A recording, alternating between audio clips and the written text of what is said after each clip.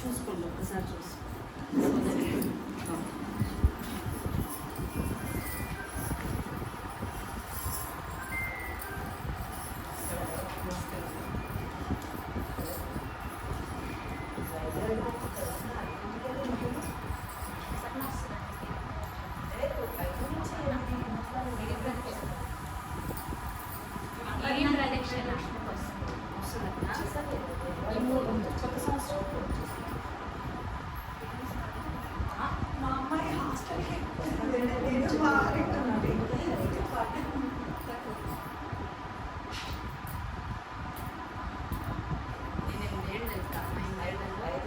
సంవత్సరానికి 5 సార్లు అందరికీ అవకాశం ఇస్తాను. మిగతా 6 సార్లు 7 సార్లు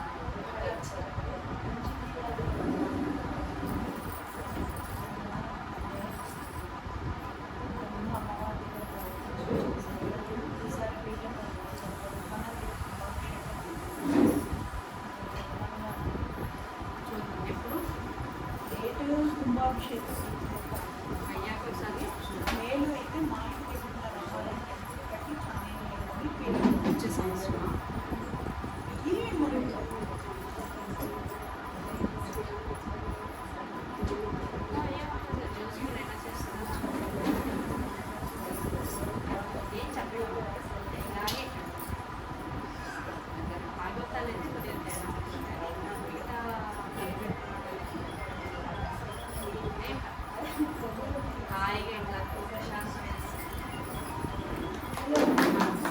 సాత్వికమైన స్థితిలో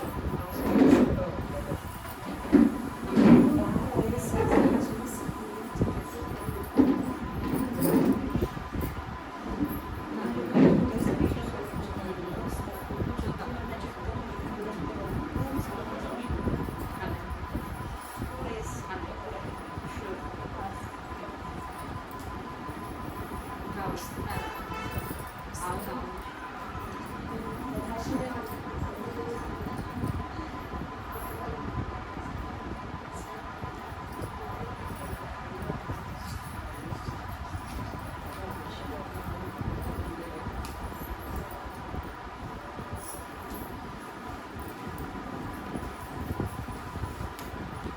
అసలు ఈ భాష పుస్తకంలో అవసరం లేకుండా ఎప్పటికైనా చెప్పగలను. కనపడదు కంగారు.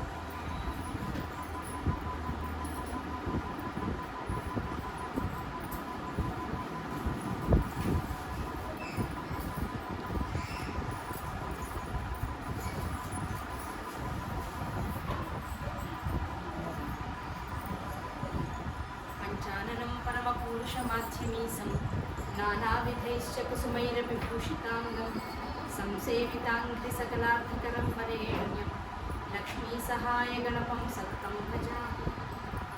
అరుణాం కరుణాతరంగితాక్షీం ధృతపాసాం కుశపుష్పబాణచాపాం అణిమాదిభిరావృతాం మయూఖైః అహమిత్యేవ విభావయే భవాని. బిందుత్రికోణవసుకోణదశారగ్మన్వస్త్రనాగదళ షోడశపత్రయుక్తవృత్తత్రయం చ ధరణీ సదనత్రయం చ శ్రీచక్రరాజ ఉదితః పరదేవతాయ.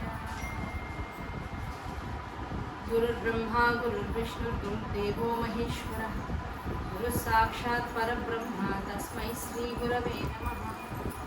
సదాశివసమారంభాం వ్యాసశంకరమధ్యమాం అస్మదాచార్యపర్యంతాం వందే గురుపరంపరాం. శారదా శారదాం పూజవదనా వదనాంబుజే సర్వదా సర్వదాస్మాకం సన్నిధిః సన్నిధిం క్రియాత్.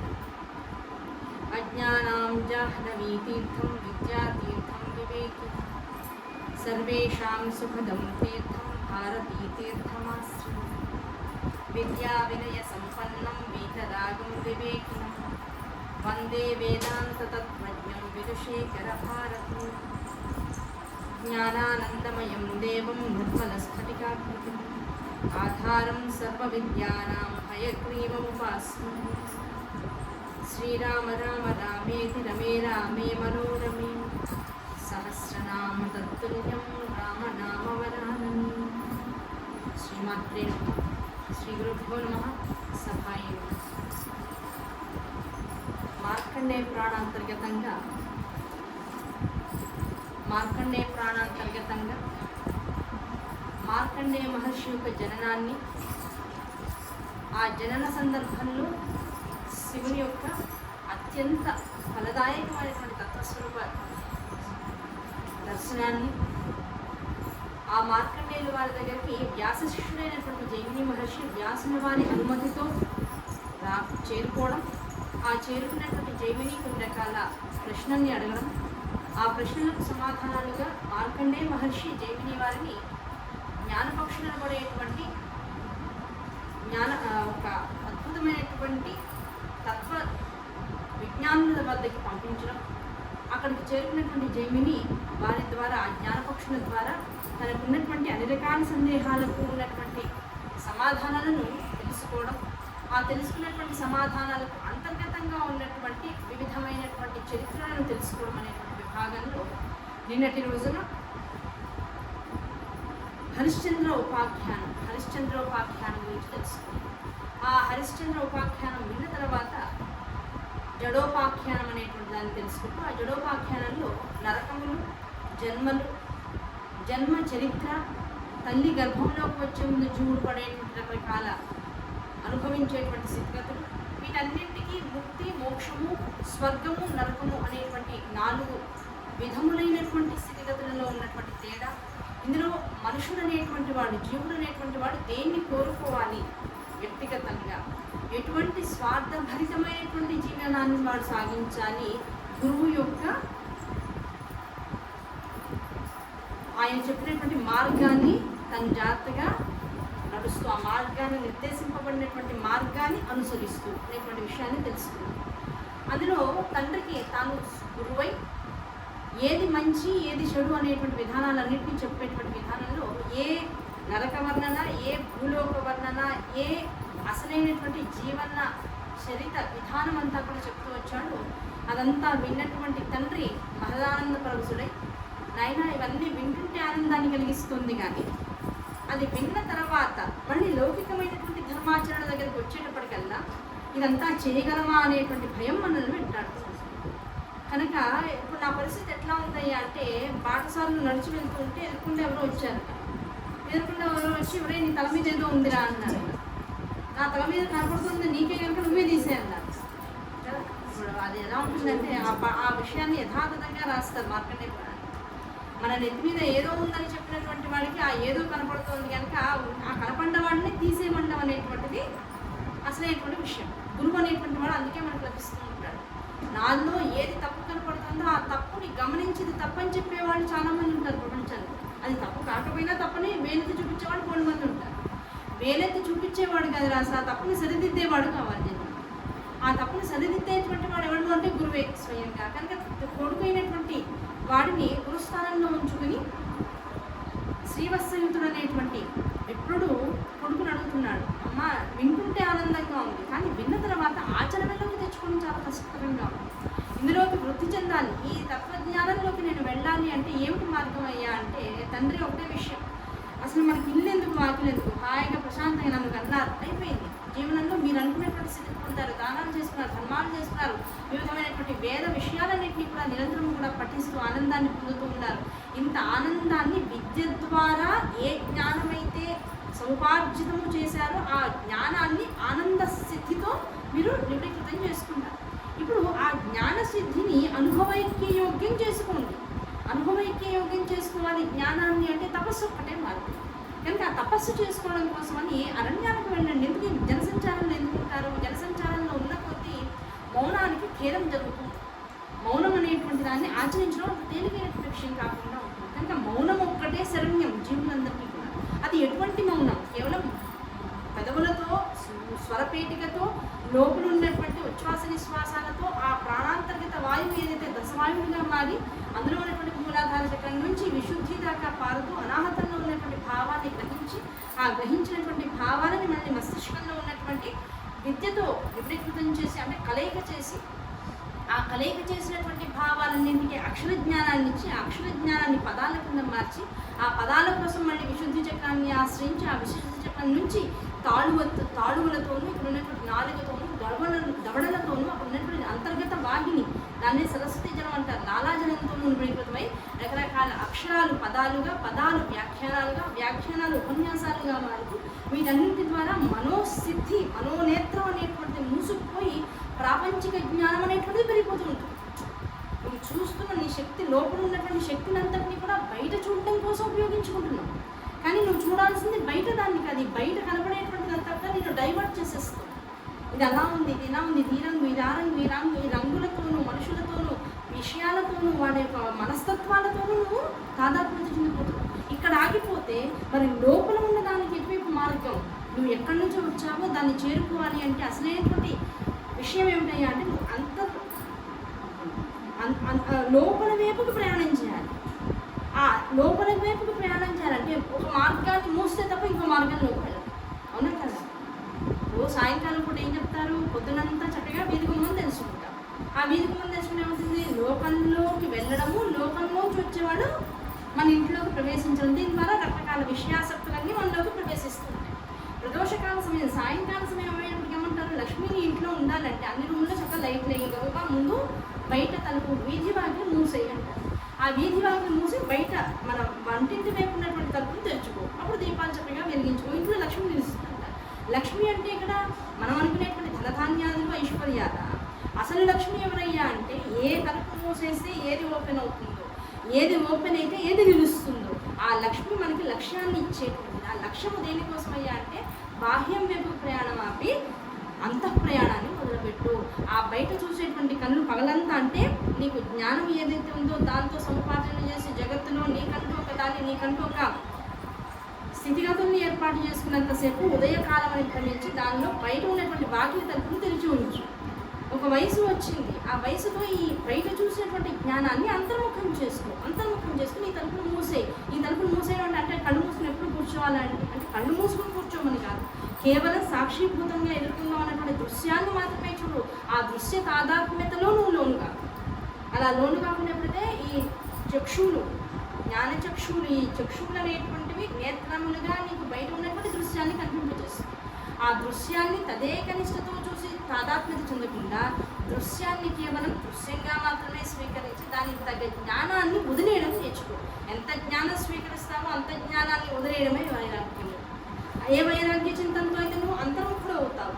చూసేది చూడు, వినేది విను, మాట్లాడేది తక్కువ మాట్లాడు, దేంతో నువ్వు సంఘం పెట్టుకోకు. శరీరానికి కావాల్సినటువంటి ఎంతవరకు దీనికి కావాలో ఏంటది, దీన్ని ఎంతవరకు పోషించాలో అంతవరకు మాత్రమే పోషించు. అంతకుమించి దీనికి మెరుగులు దిగుతాల్సిన అవసరం లేదు. ఈ శరీరం తగలబడిపోతుంది, నీకు అర్థం కావట్లేదు. దీనికి ఎంత సోఫమైసిన్ రాసినా, లేకపోతే ఇంకోటి రాసినా, నివ్యాన్ని రాసినా, దెబ్బతింటే సోఫమైసిన్ రాసినా, కాలితే ఇంకోటి రాసినా, ఏం రాసినా తాత్కాలికంగా నీకు ఇవన్నీ అవుతాయి. ఫైనల్గా ఇదంతా ఏమైపోతుంది, వెళ్ళిపోయి ఒక 5,000 రూపాయల కట్టల మధ్యలో కొని మనమే తగలేస్తాం. అవునా కదా? ఇప్పుడు ప్రస్తుతం 5,000 రూపాయలు ఉన్నట్టుంది కట్టలు. కానీ 5,000 రూపాయలు మనమే కొని మరీ తగలేస్తాం. అందులో మళ్ళీ ఆవు నెయ్యి అంటాం, ఇంకోటి అంటాం, ఏది బెటర్గా ఉంటుంది అనుకుంటాం. మరి నాళ్ళు పోషించిన దాన్ని తీసుకెళ్ళి మనమే అంత డబ్బు ఖర్చుకుంటే ఎందుకు తగలేస్తున్నాం? ఇంకా అంతకుమించి దీంతో అవసరం లేదు కనుక. ఈ అవసరం ఎదుటివాడికి లేనప్పుడు మనం తగలబడ్డం కాదు, నీకు అవసరం దీంతో నువ్వు ఉండగానే తగ్గిపోతావు. అది అసలు రహస్యం. తత్వరహస్యం ఏమిటయ్యా అంటే నువ్వు ఉండగానే దీంతో అవసరం తగ్గించుకో. దీన్ని ఊరికి పెట్టడం తగ్గించు, ఊరికే మాట్లాడించడం తగ్గించు. విషయాసక్తుల మీద వైపుకి వెళ్ళనివ్వకుండా ఎక్కడికెక్కడ కంట్రోల్ చేయి. బయట నుంచి వచ్చేటువంటి ద్వారాన్ని ఎప్పుడు మూసి ఉంచు. ద్వారం మూసి ఉంది అంటే అర్థం ఏమిటి, ఇక్కడ ద్వారం లోపల నుంచి మూసి ఉంచి ఎవరు వస్తే వాళ్ళల్లా తలుపు కొడతారు. నువ్వేం చేయాలి, గుహ్య ద్వారం ద్వారా బయటికి వెళ్ళి బయట తాళం వేసుకుని నువ్వు లోపలికి వచ్చి కూర్చో. అప్పుడు చూసిన వాళ్ళని ఏమనుకుంటారు, వీళ్ళు ఎవరు ఇళ్ళల్లో లేరు అనుకుంటారు. బయటికి ఇంకా వెళ్ళిపోతారు, నేను ఎవరు డిస్టర్బ్ చేయరు. కనుక నువ్వు వాంఛితంగా నీ ఇష్ట ప్రకారముగా నీకు నువ్వుగా కొంత మార్జిన్స్ గీసేసుకో. ఆ మార్జిన్స్ గీసేసుకుంటే నేను ఇంకా డిస్టర్బ్ చేసేవాడు ఉండదు. అప్పుడు తండ్రి అన్నాడు కదా, నాకు అంత తేలిక చెప్తుంటే బాగుంది, వాక్యార్థాలలో తత్వరసారం చాలా బాగుంది, అనుభవించడం కనుక వచ్చేటప్పటికల్లా అంత తేలిక అనిపించట్లేదు. కనుక నన్ను ఉద్ధరించు భార్గవ. తండ్రి అంత సరళంగా ఉద్ధరించు నాయన అనేటప్పటికల్లా ఇంకా కొడుకు చెప్తాడు, తండ్రి నేను ఉద్ధరించాలన్నా, నేను ఉద్ధరింపబడాలన్నా. నేను ఈ 15,000 జన్మలు ఎత్తానని చెప్పాను కదా ఇంతకు. ఆ 15,000 జన్మల్లో రకరకాల ఇబ్బందులు పడుతూ రకరకాల నరకాలను అనుభవిస్తూ ఆ నరకాల్లో రకరకాల స్థితిగతులు నేను వేదనాభరితమైనటువంటి స్థితిలో అనుభవిస్తున్నటువంటి సమయంలో ఒకనొక మహారాజు, గొప్పవాడైనటువంటి ఒక విప్రుడు వచ్చాడు. ఆయన నరకంలోకి ప్రవేశించాడు. ఆయన నరకంలో అడుగుపెట్టినప్పటి నుంచి ఆ నరకం దాటి బయటికి వెళ్ళే లోపల ఆ నరకవాసులైనటువంటి నారకులు ఎవరైతే అంటే నరకంలో కష్టాలు అనుభవించే వాళ్ళని నారకులు అంటారు. ఆ నారకులైనటువంటి వాళ్ళందరికీ కూడా తెలియకుండానే హాయి కలుగుతుంటారు. మలమూత్రాలు తాగుతున్నారు, చీముల నేతుల మధ్య జీవిస్తున్నారు. కొన్ని వేల కోట్ల కోట్ల కోట్ల సంవత్సరాల నుంచి ఉండిపోయినటువంటి మన ఇంట్లో కాస్త డ్రైనేజీ పొడిపోతేనే మనకి బాగా అవునా కదా, అయ్యో పుయ్యో ముర్రో అంటాం. 10 మంది వాడేటువంటి పబ్లిక్ ల్యాబొరేటరీస్ కానీ టాయిలెట్స్ కానీ వాడాలంటే ఇంక ప్రపంచంలో అంత మించి కష్టం ఇంకోటి లేదు నాయన అని పూటకి 5,000 రూపాయలు అయినా సరే మంచి మంచి హోటల్స్ వెతుకుని మన యాత్రలు చేసేటువంటి సమయంలో కూడా మంచి మంచి హోటల్స్ సెలెక్ట్ చేసుకుంటాం. అంటే అది అంత వాసనాభూయిష్టంగా వేదనాభరితంగా ఉంటూ ఉంటుంది. ఆ మలమూత్ర విసర్జన స్థానములు అనేటువంటి అంత కష్టంగా ఉంటాయి. కానీ మనం చేసినటువంటి మనకు తెలిసి తెలియక చేసినటువంటి ఎన్నో తప్పుల ద్వారా ఆ నరక మార్గంలో మనం నివసించేది, తాగేది, తినేది, ఉండేది, దాంతోపాటు జీవించేది మలమూత్రాలు. అవి ఎన్ని సంవత్సరాలు అంటే ఈ జగత్తు మొదలైనప్పటి నుంచి ఇన్ని వేల కోట్ల జీవరాశులు ఎంత మలమూత్రాలు ఉంటాయో అంతట్లో పోతుంది. దాన్ని ఆహారంగా ఉందంటే నోరు పెగిలించి మరీ లోపలికి పోస్తూ ఉంటారు. దుర్గంధ భూయిష్టమైనటువంటి జన్మగా ఉంటుంది ఆ కాస పీరియడ్ అని మనకు అనిపిస్తుంది. ఇక్కడ ఒక సంవత్సర కాలం, అక్కడ ఒక రోజు. దీన్ని బట్టి ఎన్ని సంవత్సరాలు అయ్యా అంటే ఇలాంటి రోజులు కొన్ని వందల సంవత్సరాలు, వేల సంవత్సరాలు అనుభవించాల్సి ఉంటుంది. అంత వేదనాభరితమైనటువంటి నరక కష్టాలను నేను అనుభవిస్తున్నటువంటి సమయంలో ఈ రాజుగారు ఆ నరకకూపంలోకి వచ్చారు. అన్ని నరకకూపంలో ఉన్నటువంటి రకరకాల శ్రేణుల్ని, అంటే ఇది ఫలానా వాళ్ళకి ఇక్కడ కష్టాలు ఉంటాయి, ఈ ఫలానా తప్పులు చేసేవాళ్ళకి ఇక్కడ కష్టాలు ఉంటాయి, ఇంకొన్ని కష్టాలు చేసేవాళ్ళకి ఇక్కడ కష్టాలు ఉంటాయి, ఇవన్నీ చెప్పుకోండి. అంటే ప్రధానంగా నరక కష్టాలను చెప్పుకోవచ్చు. ఏ తప్పులు చేస్తే ఏమవుతుంది అందరూ చాలా ఇంట్రెస్ట్గా చెప్తారు, వింటారు కూడా. కానీ నాకేంటంటే ఈ ప్రదోషకాల సమయంలో ఎప్పుడు కూడా చేయకూడని వాటి గురించి మాట్లాడుకోలేదు, చేసేవాటి గురించి మాట్లాడుకోవాలి. అవే ఎక్కువ తథాస్తు అంటారు వాళ్ళు. మనకు అవద్దు, మనం ఏం చేయాలో కనుక ఈ జోన్లో ఇది, ఈ జోన్లో ఇది, ఈ జోన్లో ఇది ప్రతిదీ చెప్తూ ఉంటే ఆ రాజుగారిని యమదూతలు ఈ మార్గాల గుండా తీసుకెళ్తూ గురువుగారు ఇక్కడ ఇలాంటి వాళ్ళందరికీ శిక్షణ పడుతూ ఉంటాయి. ఇది ఇలాంటి ఆయన కొంత దూరం నడిచిన తర్వాత ఆయన డౌట్ వచ్చింది. నేను జీవితాంతం కూడా మంచి కర్మలు చేశాను, దాన ధర్మాలు చేశాను, నా పిల్లలందరినీ కూడా కన్నబిడ్డల్లా రాజ్యపాలన చేశాను చూస్తూ, ఎవరికి ఏ రోజు అన్యాయం చేయాల. అన్యథా శత్రురాజు మరీ వచ్చిన వాళ్ళని నా రాజ్యాన్ని ఇబ్బంది పెడితే తప్ప అసలు నేను ఎవరి మీదకి దండెత్తి వెళ్ళలేదు. అంత నా చేత్తూ ఈ రోజు దాకా ఎవరిని చెప్పలే. ఎంత శత్రువులైనా సరే, ఎంత శత్రువులు పరాన ఉన్నటువంటి భటులైనా సరే, రాజులైనా సరే, మంత్రులు ఎవరిని ఈ రోజు దాకా చంపలే. వాళ్ళంతటా వాళ్ళని మాకు వీరమరణం, మీరు మమ్మల్ని చంపండి అంటే తప్ప ఎవరిని చంపలేదు.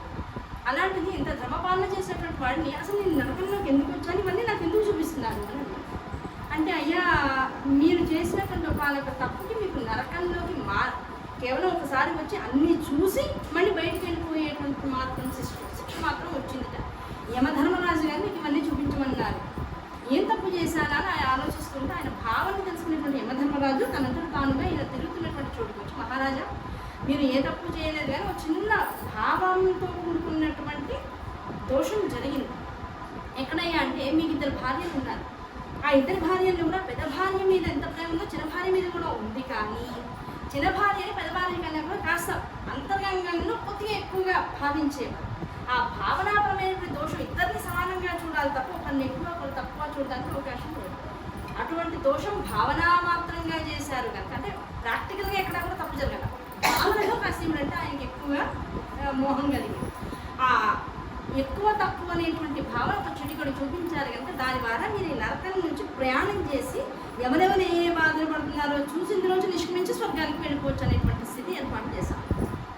అయితే ఇక్కడ నుంచి నేను వెళ్తూ ఉంటే ఉన్న వాళ్ళందరూ ఇంత ఆనందాన్ని పొందుతున్నారు అనుకో, వాళ్ళందరికీ కూడా వాళ్ళు పడుతున్నటువంటి కష్టాలన్నీ కూడా సుఖాలైపోతున్నాయి. ఆ రాజుగారిని నడుచుకుంటూ వెళ్తూ ఉంటే ఎందుకు అలా జరుగుతుందంటే మీరు చేసిన పుణ్యాలు అంతా ఇంత కాదు స్వామి. ఆకాశంలో ఉన్నటువంటి నక్షత్రాన్ని లెక్క పెట్టడం ఎంత కష్టమో, మీరు చేసినటువంటి ఉత్తమమైనటువంటి జీవన విధానాన్ని చెప్పుకోవడం అంత తేలికైన విషయం కాదు. మిమ్మల్ని చాలామంది వాళ్ళ యొక్క రోల్ మోడల్గా తీసుకుంటున్నారు ఇప్పుడు జగత్తులో ఉన్నటువంటి వాళ్ళందరూ కూడా. అటువంటి జీవన విధానం మీరు చేసిన దానాలు, యజ్ఞాలు, తపస్సులు, దాంతోపాటు చేసేటువంటి యజ్ఞయాగాది క్రతువులు, మీరు చేసేటువంటి రాజ్యపాలన, ఆ రాజ్యపాలనలో చేసేటువంటి ధర్మము, నీతి, శాస్త్రాన్ని ఏమాత్రం వదలకుండా ఉండడం, విప్రుల్ని నిరంతరం కూడా పూజిస్తూ ఉండడం, వారిని గౌరవిస్తూ ఉండడం, ఎక్కడా కూడా అనైశ్వర్యం అనేటువంటిది లేకుండా ఎప్పుడు కూడా దారిద్ర్యం అనేటువంటి దాన్ని లోపలికి రాలేకుండా ఎప్పుడు కూడా ఆనందబద్ధమైనటువంటి జీవితాన్ని మీరు అనుభవిస్తూ మీ జనులందరికీ పురజనులందరికీ కూడా అదే మీరు అనుభవించడానికి ఇచ్చారు. కనుక మీ వంటి రాజు లేడు, మీ వంటి మనిషి లేడు, మీ వంటి భర్త లేడు, మీ వంటి తండ్రి లేడు ఇందా అని వేణోళ్ళ కొనియాడుతుంది జగత్తంతా కూడా అని అన్నారు. అటువంటి మీరు ఇక్కడ శరీరాన్ని వదిలి ఇక్కడ మా దగ్గరికి వచ్చేటప్పటికి మీకు కాస్త అనారోగ్యం, స్వల్పమైనటువంటి అనారోగ్యం వచ్చింది. ఆ అనారోగ్యంతో కాసేపు మంచం మీద పడుకున్నారు. ఆ మంచం మీద పడుకున్న కాసేపట్లో మీ ఇద్దరు భార్యలు కూడా మీ శరీరానికి కాస్త విభూతిని వెళ్తారు. ఆ విభూతిని అల్లుకున్నటువంటి శరీరంతోనే మీరు శరీర త్యాగం చేసేస్తారు. ఆ అల్లుకున్న శరీరంతో ఏ శరీర త్యాగాన్ని అయితే చేస్తారో ఆ శరీరం అక్కడ పడిపోవడానికి అవకాశం లేకుండా ఆ శరీరం అక్కడ అదృశ్యమైపోయి ఇక్కడికి వచ్చేస్తుంది. మామూలుగా మిగతా వాళ్ళందరికీ ఏమవుతుంది, శరీరం అక్కడ పడిపోతుంది, ఆత్మ ఒక్కటే ప్రయాణం చేసి ఊర్ధ్వలోకాలకు వస్తుంది. కానీ మీరు చేసినటువంటి పుణ్యాన్ని ఆధారంగా చేస్తూ మీ శరీరం అక్కడ అదృశ్యమైపోయి జ్యోతిగా వాళ్ళందరికీ ఆకాశ మార్గంలో ప్రయాణిస్తున్నట్టుగా కనపడి శరీరం కూడా జ్యోతి స్వరూపంలోనే స్వర్గ నరకాలని చేరుకుంటుంది. కనుక ఇప్పుడు మీ శరీరం మీద ఉన్నటువంటి ఆ విభూతి ఏదైతే ఉందో అది మీరు నడుస్తూ ఉంటే మీ శరీరం మీద నుంచి నరక రూపంలో బాధలు అనుభవిస్తున్నటువంటి వారి కుండాలలో పడుతుంది. ఆ కుండాలలో పడేటప్పటికల్లా వీళ్ళందరూ ఆనందాన్ని అనుభవిస్తారు. వాళ్ళు తాగేటువంటి మలమూత్రాలన్నీ కూడా అద్భుతమైనటువంటి మన క్షీరాన్నములాగాను దధ్యాన్నములాగాను ఇలా వాళ్ళకి భావన కలుగుతుంది. దుర్వాసనలన్నీ కూడా సుగంధభరితమైనటువంటి పుష్పవాసనలాగా మారిపోతూ ఉంటాయి. ఉన్నటువంటి కాంతి లేనటువంటి మొత్తం నిశీధిగా ఉన్నటువంటి మొత్తం నరకమంతా కూడా కాంతి తేజస్సుతో వెలిగిపోతూ మణిమయ ఖచ్చితమైనటువంటి ఒక రాజభవనంలా వాళ్ళకి దర్శనమిస్తుంది. ఇక్కడ ఉన్నటువంటి యమభటులందరూ కూడా దేవలోకంలో ఉండేటువంటి దేవతల్లాగా వాళ్ళకి దర్శనమిస్తున్నారు. కనుక మీరున్న కాసేపు వీళ్ళకి ఆనందం కలుగుతుంది లోపల. అందుకని వీళ్ళందరూ హాయి ప్రశాంతంగా ఎప్పటిదాకా హాహాకారాలు చేశారు. మీరు వచ్చి చూస్తూ వెళ్తూ ఉంటే ఆ హాయిని అనుభవిస్తూ ప్రశాంతంగా ఉంటారు. ఇది మీ యొక్క గొప్పతనం అన్నారు. ఇంత గొప్పతనం నాదని చెప్తున్నారు కదా, నన్ను కాసేపు రాజుగా నేను ఈ నరకంలోకి వచ్చాక నేను కాసేపు తిరుగుతుంటే ఆ తిరుగుతున్న కాసేపటికే వీళ్ళు నా వల్ల సుఖాన్ని పొందారు. ఈ సుఖాన్ని పొందుతున్న వారిని ఇక్కడ నుంచి నిష్క్రమించి నేను మళ్ళీ పాపకోపంలోకి తోయలేదు. కనుక వీళ్ళందరినీ నాతో పాటు స్వర్గానికి తీసుకుపోతాను అన్నాడు. అంటే అలా ఎలా కుదురుతుందండి? ఎవరి పాపకర్మలు వాళ్ళవి. వాళ్ళు గోల్డ్ రకానికి అక్కడ చెప్తాడు నారాయణ. దాదాపుగా ఒక 15 పేజీలు ఉంటుంది మార్కెట్ ఇక్కడ సంపూర్ణ మార్కెట్. ఒక్కొక్కడు ఇగో ఈ కుపాల్లో ఉన్నవాడు ఈ పాపాలు చేశాడు, అందుకే వీడు ఇవన్నీ అనుభవిస్తున్నాడని మొత్తం నరక వర్ణన అంతా చెప్తారు. ఆ నరక వర్ణన ఇన్ని కష్టాలు ఇన్ని తప్పులు చేశారు వాళ్ళందరూ కూడా. ఎక్కడక్కడ క్షమింపరానటువంటి తప్పులు అవన్నీ కూడా. అంత తప్పులు చేసిన వాళ్ళని ఇప్పుడు మీరు తీసుకెళ్దాం అంటాం అంత ధర్మమైన విషయం అయితే కాదు. అయితే ఓ పని చేద్దాం, నేను చేసిన పుణ్యం లెక్కింపరాదన్నారు కదా, నక్షత్రాలతో సమమైనటువంటి అన్నారు కదా, నక్షత్రాలు లెక్కింపడానికి రావన్నారు కదా. కనుక నా ధర్మం అంతా ధారపోస్తాను. నా ధర్మం అంతా ఈ పాపకూపంలో మగ్గుతున్నటువంటి వాళ్ళకి ధారపోస్తాను. ఆ ధారపోసినటువంటి దాంతో వీళ్ళందరికీ ముందు స్వర్గం ఉండదు. ఇంకా నాకు ధర్మం ఏమీ లేదా, నేను చేసిన పుణ్యమంతా వెళ్ళిపోతే నేను ఇక్కడ ఉండి అనుభవిస్తాను, ఇబ్బంది ఏమీ లేదు అని అంటారు. వెంటనే ధర్మరాజు చెప్తారు, అయ్యా మీ యొక్క గొప్పతనాన్ని మనం ఒకసారి చాటుకున్నారు.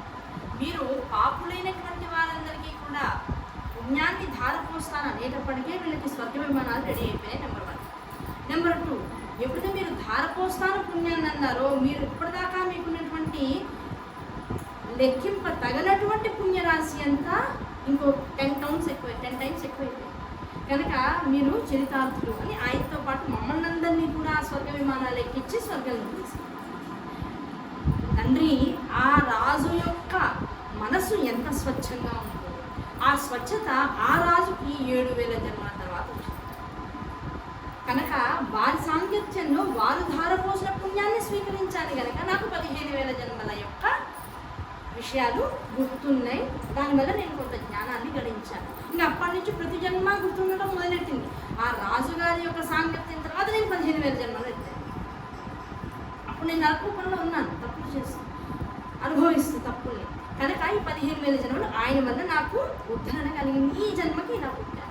ఇలా పుట్టి మీ వంటి తల్లిదండ్రుల కంటున పుట్టడం వల్ల కాస్త తపస్సు అనేటువంటి దాని మీద మనసు స్థిరపడింది. కనుక ఆ మనసు స్థిరపడాలన్నా, చదువుకున్నదో తెలుసుకున్నదో ప్రాక్టికల్గా ఆన్ రోడ్స్ రావాలన్నా, ఆ వచ్చిన దాన్ని స్థిరంగా నమ్మాలన్నా, నమ్మిన దాన్ని ఎక్కడా కూడా డైవర్షన్స్ లేకుండా చివరి దాకా పట్టుకుని నడవాలన్నా అది అనంతమైనటువంటి ఉపాసన యోగం ఉండాలి తండ్రి. దానికోసం ఆ యోగం కావాలంటే యోగేశ్వరుడు గురించి తెలుసుకోవాలి. ఎవరు ఆ యోగేశ్వరుడు అంటే దత్తప్రభువు. ఆ దత్తప్రభువు యొక్క చరిత్రని ఇప్పుడు నేను మీకు వినిపిస్తాను. మీరు ఇదంతా వింటే బాగుంది కానీ నడవడానికి అంత కష్టతరం అంటున్నారు కదా. మీరు అనుకునేటువంటి కష్టం నుంచి మీరు బయటికి రావాలంటే దత్తప్రభు, దత్తస్వామి, దత్తాత్రేయ స్వామి యొక్క చరిత్రను ముందు వినండి. వినగలిగితే మీకు ఆనందంగా అన్నాడు. దత్తాత్రేయ స్వామి అని ఇంత ముందు కూడా విన్నాను ఆయన నీ నోటి నుంచి. ఆ దత్తుడు ఎవరు, ఆయన యొక్క జననం ఎలా జరిగింది, దీనికంతటికి ప్రాతిపదిక ఏమిటి, నాకు దీని గురించి సవిస్తారంగా తెలియజేయి అని శ్రీయుతుడు కొడుకుని భార్గవుడు. అప్పుడు భార్గవుడు మొదలెట్టాడు. తండ్రి ఒకానొక సమయంలో ప్రతిష్టానపురం అని చెప్పబడుతూ ఉంటుంది. అది ఇప్పుడు పాకిస్తాన్లో ఉంది. ఆ పాకిస్తాన్లో ఉన్నటువంటి పైఠాన్ అనబడేటువంటి నగరం. ఆ ప్రతిష్టానపురంలో ఒకనొక రాజుగారు ఉండేవారు. ఆయన చాలా యోగ్యుడు, ధర్మనిరతుడు, నిరంతరము కూడా శాస్త్రాలను గౌరవించి, గురువులను, మంత్రులను గౌరవించి, మొత్తం రాజ్యంలో ఎక్కడా కూడా అనాచారంకు సంబంధించినటువంటి ఏ విషయాన్ని రానివ్వలేదు. మొత్తం కఠినమైనటువంటి సూత్రాన్ని అవలంబిస్తూ ఎక్కడెక్కడ చట్టాన్ని చాలా పకడ్బందీగా చేసేసాడు. ఎంతటి చట్ట పకడ్బందీ అంటే, తప్పు చేశాడు ఒకడు, ఒక దొంగతనం జరిగింది, చేతులు నరికేసేది. ఎవరైనా చూడకూడనటువంటి చూపుతో చూశారు, వెంటనే కళ్ళు గుడ్లు పిక్కించేసేవారు. ఇమీడియట్గా వితిన్ మినిట్స్లో అయిపోయిందని. ఎక్కడన్నా ఇంకేదైనా జరగకూడనటువంటి దౌత్యం జరిగింది ఎవరి మీదైనా, దానికి తగ్గట్టుగా మనిషిని శిరచ్ఛేదం చేయించేసేవారు. ఎవరిని ఎలా ఇబ్బంది పెట్టారో ఆ ఇబ్బందికి తగ్గ శిక్షని ఇమీడియట్గా నలుగురు తిరుగుతున్నటువంటి కూడల్లో అమలుపరిచేసేవాడు. అలానే దయాహృదయుడు, తప్పు చేసిన వారి పట్ల ఎంత కఠినంగా ఉండేవాడు, తప్పు చేయనటువంటి వారి పట్ల అందరి పట్ల కూడా తండ్రిగా వెలిగేటువంటి వాడు. అంత శుద్ధమైనటువంటి మనసు కలిగినటువంటి వాడు, శాస్త్రాలను బాగా తెలుసుకున్నటువంటి వాడు, రాజ్యము, దాన్ని పాలించడము, ఆ రాజరికపు వ్యవస్థ, అందులో ఉండేటువంటి లోటుపాట్లు బాగా తెలుసుకున్నటువంటి వాడు, తండ్రి గురువుల యొక్క ఆశీర్వాదం విశేషంగా కలిగినటువంటి వాడు, అంతటి మహానుభావుడు. అటువంటి రాజ్యంలో ఎంత ఐశ్వర్యం ఉండేది అంటే, అతి దరిద్రుడు ఎవరైనా ఉన్నాడు అంటే వాడి ఇంట్లో కనీస పక్షంలో గుమ్మడికాయ అంత బంగారం ఉండేది. గుమ్మడికాయ అంత బంగారం అంటే ఈ రోజుల్లో మన గుమ్మడికాయ కాదు, బాగా గట్టి గుమ్మడికాయ. ఆ గట్టి గుమ్మడికాయ అంత బంగారం ఉందంటే చేసి మీకు అంతే ఉందిరా బంగారం అంటే వాడి దరిద్రుడి కింద లెక్కేసేవాడు. అంటే అంత బంగారం, అంత ఐశ్వర్యంతో మొత్తం నగరం అంతా కూడా శోభిల్లుతూ ఉండేది. అంటే ఎవరు కూడా దారిద్ర్య రేఖకి కింద ఉండేటువంటి వాళ్ళు కాదు. అంత స్థితిగతుల్లో రాజ్యాన్ని పోషిస్తారు. ఒకనొక సమయంలో ఆ రాజ్యంలో ఏం జరిగింది అంటే, ఒక రాజుగారి యొక్క పూర్వకర్మానుసారాన్ని బట్టి ఒక విప్రుడు పుట్టాడు. ఆ విప్రుడి పేరేమిటి, ఎవరికైనా ఐడియా ఉందా? సుమతి భర్త. సుమతి పతివ్రత. ఆ పతివ్రత యొక్క భర్త. ఆయనే నిజం చెప్పాలి అంటే పూర్వజన్మలో కర్దమ మహర్షి అనబడేటువంటి కర్దమ మహర్షి యొక్క పుత్రుడు. ఆయన చేయకూడనటువంటి తప్పులు చేస్తూ మరణించాడు. ఆ మరణించిన వాడు ఈ ప్రతిష్టానపురంలో, ఈ రాజు పాలించేటువంటి నగరంలో ఒకనొక విప్రుడి ఇంట పుట్టాడు. కౌశికుడు అనేటువంటి పేరుతో పుట్టాడు. ఆ కౌశికుడు ఈ జన్మలో కూడా పుట్టినప్పటి నుంచి ఎలాంటి సంస్కారం వాడు పోయిన తర్వాత వాడికి జరగల. దాంతో ఆ ప్రేతత్వం వాళ్ళు ఉండిపోయి పుట్టినప్పటి నుంచి కూడా వేశ్యలతో తిరగడము, దొంగతనాలు చేస్తూ ఉండడము, అధములైనటువంటి స్నేహితులతో తిరుగుతూ సురాపానం లాంటివి చేస్తూ ఉండడము, బ్రాహ్మణ్యాన్ని పూర్తిగా వదిలేసేయడము, దంధ్యాన్ని కూడా తెంపి అవతల పడేసేయడము, తండ్రికి ఇష్టం లేనటువంటి వికృత చర్యల్ని చేస్తూ జల్సాగా తిరుగుతూ ఉండడం అనేటువంటి దానికి బాగా అలవాటు పడిపోయాడు. దాంతో పాపం తండ్రి చాలా ఇబ్బంది పడ్డాడు. ఆ దిగులుతోనే ఆయన శరీరాన్ని వదిలేశాడు. ఇక తల్లికి తప్పదు, కొడుకు కదా. ఇన్ని తప్పుడు చేస్తూ ఉండగా యుక్త వయసు గట్టిగా 20 ఏళ్ళు వచ్చేటప్పటికల్లా పిల్లవాడికి ఈ చాలా అసహ్యమైనటువంటి సాంగత్యాలు, చివరికి జంతువులతో కూడా వాడు సంగమించేవాడు. అటువంటి సాంగత్యాలన్నీ చేసేటప్పటికల్లా వాడికి ఏమైంది, కుష్ఠరోగ బారిన పడ్డాడు. ఆ కుష్ఠరోగం బారిన పడేటప్పటికి ఏమైంది, గట్టిగా 20 ఏళ్ళకి కుష్ఠరోగం వస్తే 23 ఏళ్ల వల్ల మొత్తం శరీరం అంతా పుచ్చిపోయింది. అంటే వేళ్ళు డొక్కుపోయినాయి, విరిగిపోయింది, మొత్తం ముక్కులు అవి కూడా సొట్టలైపోయింది. అయితే వాడికి ఎంత ఘోరంగా ఇంకా వ్యాధి ఇంకా వాడిని ఇబ్బంది పడుతుంది అనేటువంటి స్థితి వచ్చేటప్పటికల్లా తల్లి ఏం చేసింది, ఉన్నట్టుండి ఒక అర్ధరాత్రి పూట ఏమాత్రమూ బతకలేనటువంటి ఒక బీదవాడిని మరొక పక్క రాష్ట్రంలో ఉన్నటువంటి ఒక బీదవాడి కూతుర్ని అప్పటికప్పుడుగా సెలెక్ట్ చేసేసుకుని పిల్లవాడికి బోల్డ్ కన్యాశుల్కం ఇచ్చి మరీ పిల్లవాడికి వివాహం చేసేసింది. ఆ అమ్మాయిని ఇంటికి తీసుకొచ్చేసేసింది. ఆ అమ్మాయికి వచ్చిన తర్వాత కానీ తెలియలేదు భర్త ఇంత ఇబ్బందికరమైనటువంటి రోగంతో బాధపడుతున్నాడు అనేటువంటి విషయం. తల్లి చిన్నప్పటి నుంచి తల్లి చెప్పినటువంటి పురాణాలన్నీ కూడా విన్నటువంటిది దాస్యం అనేటువంటి సచ్చీలతని తన యందు ఉంచుకున్నది కనుక ఇంకా ఆ రోజు మొదలు అత్తగారికి భర్తకి కూడా విడవకుండా ఎన్నో రకాల సపర్యలు చేస్తూ ఉపచారాలు చేస్తూ వారు ఎన్నన్నా సరే ఎక్కడా కూడా బాధపడకుండా చక్కగా వారికి ఓపికగా చేశారు. ఆ కుటుంబాన్ని టోటల్గా ఆ రాజ్యంలో ఉన్నటువంటి వాళ్ళందరూ వెలేసేశారు. రాజుగారు వాళ్ళని రాజ్య బహిష్కరణ చేయొచ్చు, కానీ విప్రుడు జన్మతః విప్రుడు, ఆ విప్రుణ్ణి ఎటువంటి ఇది లేకుండా రాజ్యం నుంచి పంపించేయడం అనేటువంటి దాని ద్వారా బ్రహ్మత్యాపాత్రం చుట్టుకునేటువంటి అవకాశం ఉంది కనుక రాజుగారు వాళ్ళని దేశ బహిష్కరణ చేయకుండా రాజ్యంలోనే ఉంచుకున్నారు. కానీ వాళ్ళతో మాట్లాడేవారు కాదు, అందరూ కూడా వాళ్ళ ఇంటి వైపు మొహం కూడా పెట్టకుండా తిప్పుకుని వెళ్ళిపోతూ ఉండేవారు. అటువంటి ఇంట ఈ అద్భుతమైనటువంటి బుద్ధి కలిగినది ఆ అమ్మాయి పేరు ఏమిటో అనేటువంటిది మనకి పురాణంలో ఎక్కడ చెప్పరా. చక్కటి బుద్ధి కలిగినటువంటిది కనుక సుమతి అనేటువంటి పేరుతో పిలువబడుతూ ఉండేది. ఆ పిల్ల యొక్క నడక కానీ, నడవడిక కానీ, మాట తీరు కానీ, ఆ కుటుంబ సభ్యులైనటువంటి అత్తగారికి భర్తకి చేసేటువంటి సపర్యలు కానీ, ఆ అమ్మాయి ఉంటున్నటువంటి విధానం కానీ, ఆ అమ్మాయి అడుగుపట్టిన తర్వాత ఆ ఇంటి యొక్క రూపురేఖలు మారినటువంటి విధానాన్ని కానీ చూసినటువంటి గ్రామ ప్రజలందరూ కూడా ఎంత చక్కటి పిల్ల, ఇలాంటి దరిద్రుడికి ఇలాంటి భార్య దొరికింది ఏమిటా అని చాలా బాధపడుతూ ఉండేవారు. ఎంత బాధపడ్డా, ఎంత మాటలన్నా, ఏదో నీళ్లకో గ్రాసానికో ధాన్యానికో బయటికి నలుగురితో కలిసినప్పుడు వాళ్ళు ఇలాంటి మాటలు అమ్మ ఎలా పడుతున్నావు తల్లి వాడితో అని అనుకుంటే కూడా లేదండి, నా భర్త చాలా యోగ్యుడు, మీకు తెలియదు, వారు ఉంటే బయటకు అలా కనపడడానికి నన్ను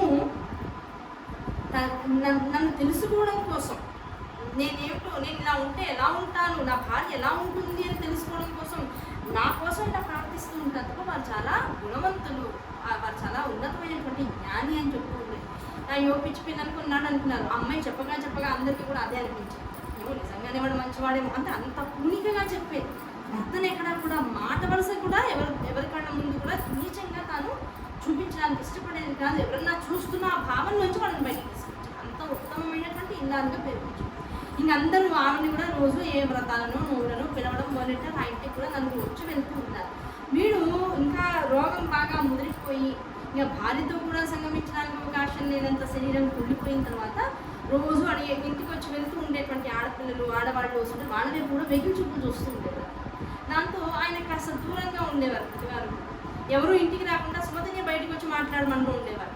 అలా అనేటప్పటికల్లా కొన్నాళ్ళకి ఏం చేశాడు, ఎవరు ఇంట్లోకి రావట్లేదు అని తెలుసుకుని భార్యని కొట్టి దాన్ని ఇబ్బంది పెట్టి గొప్ప స్నానాలు చేయించుకుని బయటికి అన్నీ తెప్పించుకుని తిని ఆ బయట పరుపు ఏర్పాటు చేసుకుని ఆ పరుపు నుంచి ఒక మెత్తగా ఉండడానికి శరీరం అంతా రసం కారుతూ రక్తం కారుతూ ఉంటుంది కదా, ఆ రక్తాన్ని అంతటిని కూడా ఇబ్బంది పెట్టకుండా ఉండడానికి రకరకాల పూల పాన్పు ఏర్పాటు చేసుకుని ఆ పాన్పు కూర్చొని ఆ బయట ఉన్నటువంటి మసాలాలో కూర్చొని వచ్చే ఆడవాళ్ళని కామెంట్ చేస్తూ చించేస్తూ చేస్తూ అంత వెదవాడు కూర్చునేవాడు. సరే నేను చేసేది నేను చేస్తాను, లోపల పనులు చేసుకోవాలి, మళ్ళీ భర్తకు కావాల్సిన చూడాలి, ఒక్క నిమిషం పడుకోనిచ్చేవాడు కాదు, కూర్చొనిచ్చేవాడు కాదు, ఒకరితో మాట్లాడినిచ్చేవాడు కాదు, నిరంతరము తన సేవలు ఉంచుకున్నాడు.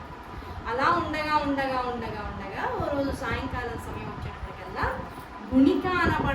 గుణికరత్న అనబడేటువంటి ఒక వేశ్య రాజ్యసభలో నాట్యం ఆడడం కోసం వెళ్తూ ఉన్నారు. అలా నడుస్తూ వెళ్తున్నారు. ఆ రోజు పల్లకి వాళ్ళు రాలేకపోతున్నారు. అంటే వాళ్ళందరూ పల్లకీలో వెళ్తూ ఉంటారు. యాక్చువల్లీ అనుకోకుండా పల్లకీ కోసేటువంటి వారు రాక పాపం రోడ్డు మార్గం కింద ఆవిడ నడుస్తూ వెళ్తుంది. చుట్టూరా అందరూ ఉన్నారు, అందరూ ఉన్నారు. కానీ ఆ గుడిక యొక్క సౌందర్యాన్ని బయట వసాలలో కూర్చున్నటువంటి ఈ కౌశికుడు చూసేప్పటికి ఏం చేశాడు, వెంటనే అరుపులు మొదలెట్టాడు. ఏమంటున్నారు, సుమతి రా రా రా రా. ఏడు భర్త ఇంతలా అరుస్తున్నాడు ఏమిటా బయట కూర్చొని పాపం గబగబా వచ్చింది. ఏడు మొదలెట్టి ఈ జన్మ వ్యర్థం అన్నట్టు. అదేమిటంటే ఎలా మాట్లాడతారు, మీరు ఎప్పటికీ చల్లగా ఉండాలి, మీరు ఉండగా నేను హాయిగా పశువులతో వెళ్ళిపోవాలి తప్ప మీరు ఎప్పుడు ఇలా మాట్లాడకంటే భర్త నేను సంజాయించాను. లేదు సుమతి, జన్మ వ్యర్థం, ఏం కావాలి మీకు చెప్పండి, ఇది వ్యర్థం కాకుండా మీ జన్మం చేయాలంటే నేను ఏం చేయాలి. అదిగో రాజ్యనర్తకి వెళ్తాను. ఆ రాజనర్తకి దగ్గరికి వెళ్ళి ఈ రాత్రికి తన పొందును నేను కోరుతున్నానని చెప్పిన అని అన్నాడు.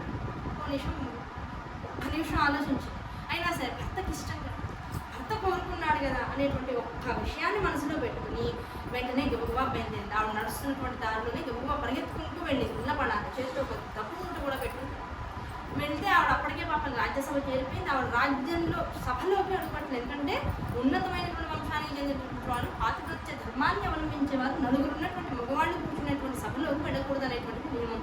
పాపం బయటనే ఆవిడ మళ్ళీ బయటికి వచ్చి నర్తన అంతా పూర్తి చేసుకుని రాజుగారి సన్మానాన్ని స్వీకరించిన తర్వాత బయటకు వచ్చే సమయం దాకా బయటే కూర్చుంది.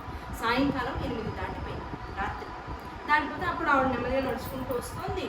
ఆవిడ కోసం ఎప్పటి నుంచో పాపం ఆవిడ మీకోసం వెయిట్ చేస్తున్నారని అని చుట్టూ ఉన్నటువంటి చెలికత్తు చెప్పారు. వెంటనే ఎవరమ్మా మీరు అని అడిగింది. అయ్యా నా పేరు సుమతి అండి. అమ్మ సుమతి మీరా? ఎందుకంటే ఆ రాజ్యాల్లో అప్పటికే ఆవిడ గురించి చాలా మాట్లాడుకుంటున్నారు.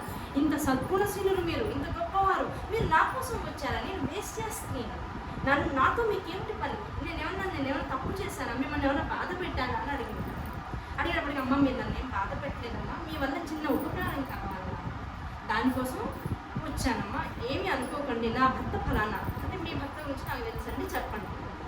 వారు ఇప్పుడు మీరు పొందుకోతున్నారు, మీకు ధనం కావాలంటే నేను ధనం కూడా తీసుకొచ్చాను.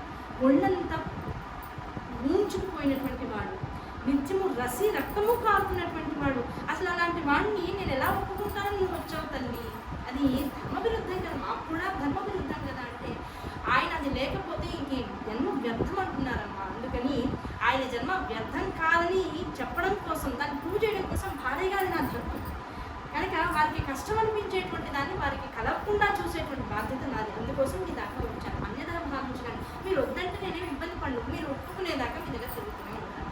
అమ్మ మీకు అంత కష్టం కలిగించను తల్లి, మిమ్మల్ని అంత కష్టపెడితే ఇంకా నా అంత దుర్మార్గులు ఎవరైనా ఉంటారు ప్రపంచంలో. మీ సౌశల్యతని, మీ మంచితనాన్ని చూసి మీరు ఎంత పాతిపత్యాన్ని ఆయన పట్ల చేస్తూ ఆ ధర్మాన్ని వెలుగుచ్చుతూ వెళ్తున్నారో అదే పాతిపత్య ధర్మాన్ని ఎప్పటికి నేను వారి పట్ల సలుపుతాను. తీసుకురండి, నేను ఉండేటువంటి భవనానికి తీసుకురండి రాత్రి 10 దాటిన తర్వాత. చాలా ఆనందం. డబ్బు తీసుకున్నాను అమ్మ, డబ్బు వద్దాము, ఈ ఒక్కరోజు నేను మీలా ఉండగలిగినా మళ్ళీ ఇలాంటి జన్మ నాకు రాదు అని అలా ఉండనివ్వు. ధర్మం చూడండి ఎలా ఉంది. సరే అమ్మ ఆనందం అని చెప్పేసి ఆ డబ్బు 3 తీసుకుని గబబ్బా ఇంటికి వెళ్ళింది. భర్తకి గబబ్బా వేడి నీళ్ళు పెట్టింది, స్నానం చేసి ఈ లోపల మళ్ళీ మనం ప్రతిష్టానపురంలో ఆ ప్రతిష్టానపురంలో విశేషమైనటువంటి దేవాలయాలు బాగా ఉన్నాయి. ఆ దేవాలయాలు అన్నీ కూడా బ్రహ్మ స్థాపించినటువంటివి కొన్ని, విష్ణువుచే స్థాపించబడినటువంటివి కొన్ని, విశేషమైనటువంటి మహర్షులు వారి యొక్క తపోశక్తితే స్థాపించి అక్కడ ప్రతిష్ఠించబడినటువంటి లింగాలు కొన్ని. అంతా విశేషమైనటువంటి దేవాలయాలు అవన్నీ. అటువంటి దేవాలయ సందర్శనం కోసం నిత్యం కూడా ఎంతోమంది దేవతలు, దాంతోపాటుగా మహర్షులు, ఋషులు, యోగులు, మునీశ్వరులు, అవధూతలు కూడా ఆ రాజ్యానికి వస్తూ ఉండేవారు. అందులో భాగంగా మాండవ్యుడు అనేటువంటి ఒక గొప్పవాడైనటువంటి అవధూత, ఆయన అవధూతనే అన్నాను ఈ మాట అనడానికి అవకాశం. అటువంటి గొప్ప మహర్షి అయినటువంటి వాడు ఎవరికి తన మొహం చూపించాలి అంటే ఊరికే 10 మందికి తను తెలిస్తే మొహం కనబడితే ఊరికేముంది, ప్రతి చోట ఆపుతారు, అయ్యా నమస్కారం అంటారు, కాళ్ళ మీద పడతారు, ధర్మ సందేహాలు అడుగుతారు, మాకు కష్టం ఉంది, మాకు కష్టం ఉంది, దీనికి రమ్మని చెప్పండి, దానికి రమ్మని చెప్పండి, నేను ఇలా చేస్తున్నాను కరెక్ట్, అలా చేస్తున్నాను కరెక్ట్, ఈ వ్యర్థమైనటువంటి ప్రేలాపనలతో వెళ్ళిపోతుంది. ఆ వ్యర్థమైనటువంటి ప్రేలాపనలతో సమయాన్ని కాలహరణం చేయకుండా, సమయహరణం కాకుండా ఉండడం కోసం శరీరానికి అందరికీ కూడా ఒక ముసుగు తొలుపుకుని తానెవరో ఎవరికీ తెలియకుండా ఉంటూ ఆ ప్రతిష్టానపురంలోకి వచ్చి 2 రోజులుగా మొత్తం ఉన్నటువంటి దేవాలయాలన్నింటినీ కూడా చూసుకున్నాడు. ఇంకా 10 క్రోసుల దూరం అవతలికి వెళ్తే ఇంకో అద్భుతమైనటువంటి అమ్మవారి యొక్క దేవాలయం ఉంది. దాన్ని అగస్త్యుడు ప్రతిష్ఠించినటువంటి దేవాలయం. ఆ దేవాలయాన్ని కనుక చూసుకున్నట్లయితే నిజంగా ఆ ప్రతిష్టానపురంలో ఉన్నటువంటి అన్ని దేవాలయ సందర్శనాలు అక్కడికి అయిపోతాయి. అక్కడికి రాత్రి 9 దాటిపోయింది, బాగా చిమ్మ చీకటి, ఎక్కడికి వెళ్ళడానికి అవకాశం లేదు, వెళ్ళినా బాగుండదు కూడా అప్పుడున్నటువంటి సంఘ నియమాన్ని బట్టి. దాంతో ఈ మాండవ్యుడు ఏం చేశాడంటే ఊరికి దూరంగా ఎవరింటికి సత్రాల్లోని వాటికి దేవాలయాలలోకి వెళ్తే మళ్ళీ తానెవరో చెప్పుకోవాలి, రక్షపట్లు ఉంటారు. ఆ రక్షపట్లకు మళ్ళీ తానెవరో చెప్పేటప్పటికన్నా ఈ రాజు మళ్ళీ ధర్మాత్ముడు తీసుకెళ్ళిపోయి మళ్ళీ పాదపూజలు అవి చేసి హడావుడు పెట్టేస్తారు. అందుకని ఊరికి చివరిగా ఉన్నటువంటి పాడుపడిపోయినటువంటి సత్రం ఉంటుంది. ఆ సత్రంలో కూర్చొని ప్రశాంతంగా తన మూటో వైపు పెట్టుకుని ఆత్మస్థితిలోకి వెళ్ళిపోయి ప్రశాంతంగా ధ్యానం చేసుకుంటారు. ఇది ఇలా ఉండగా రాజుగారి అంతఃపురంలో 9 దాటేటప్పటికల్లా పక్క దేశం నుంచి ఈ రాజ్యం చాలా గొప్పది, ఐశ్వర్యవంతమైనటువంటి రాజ్యం ఈ రాజ్యం అంతా కూడా.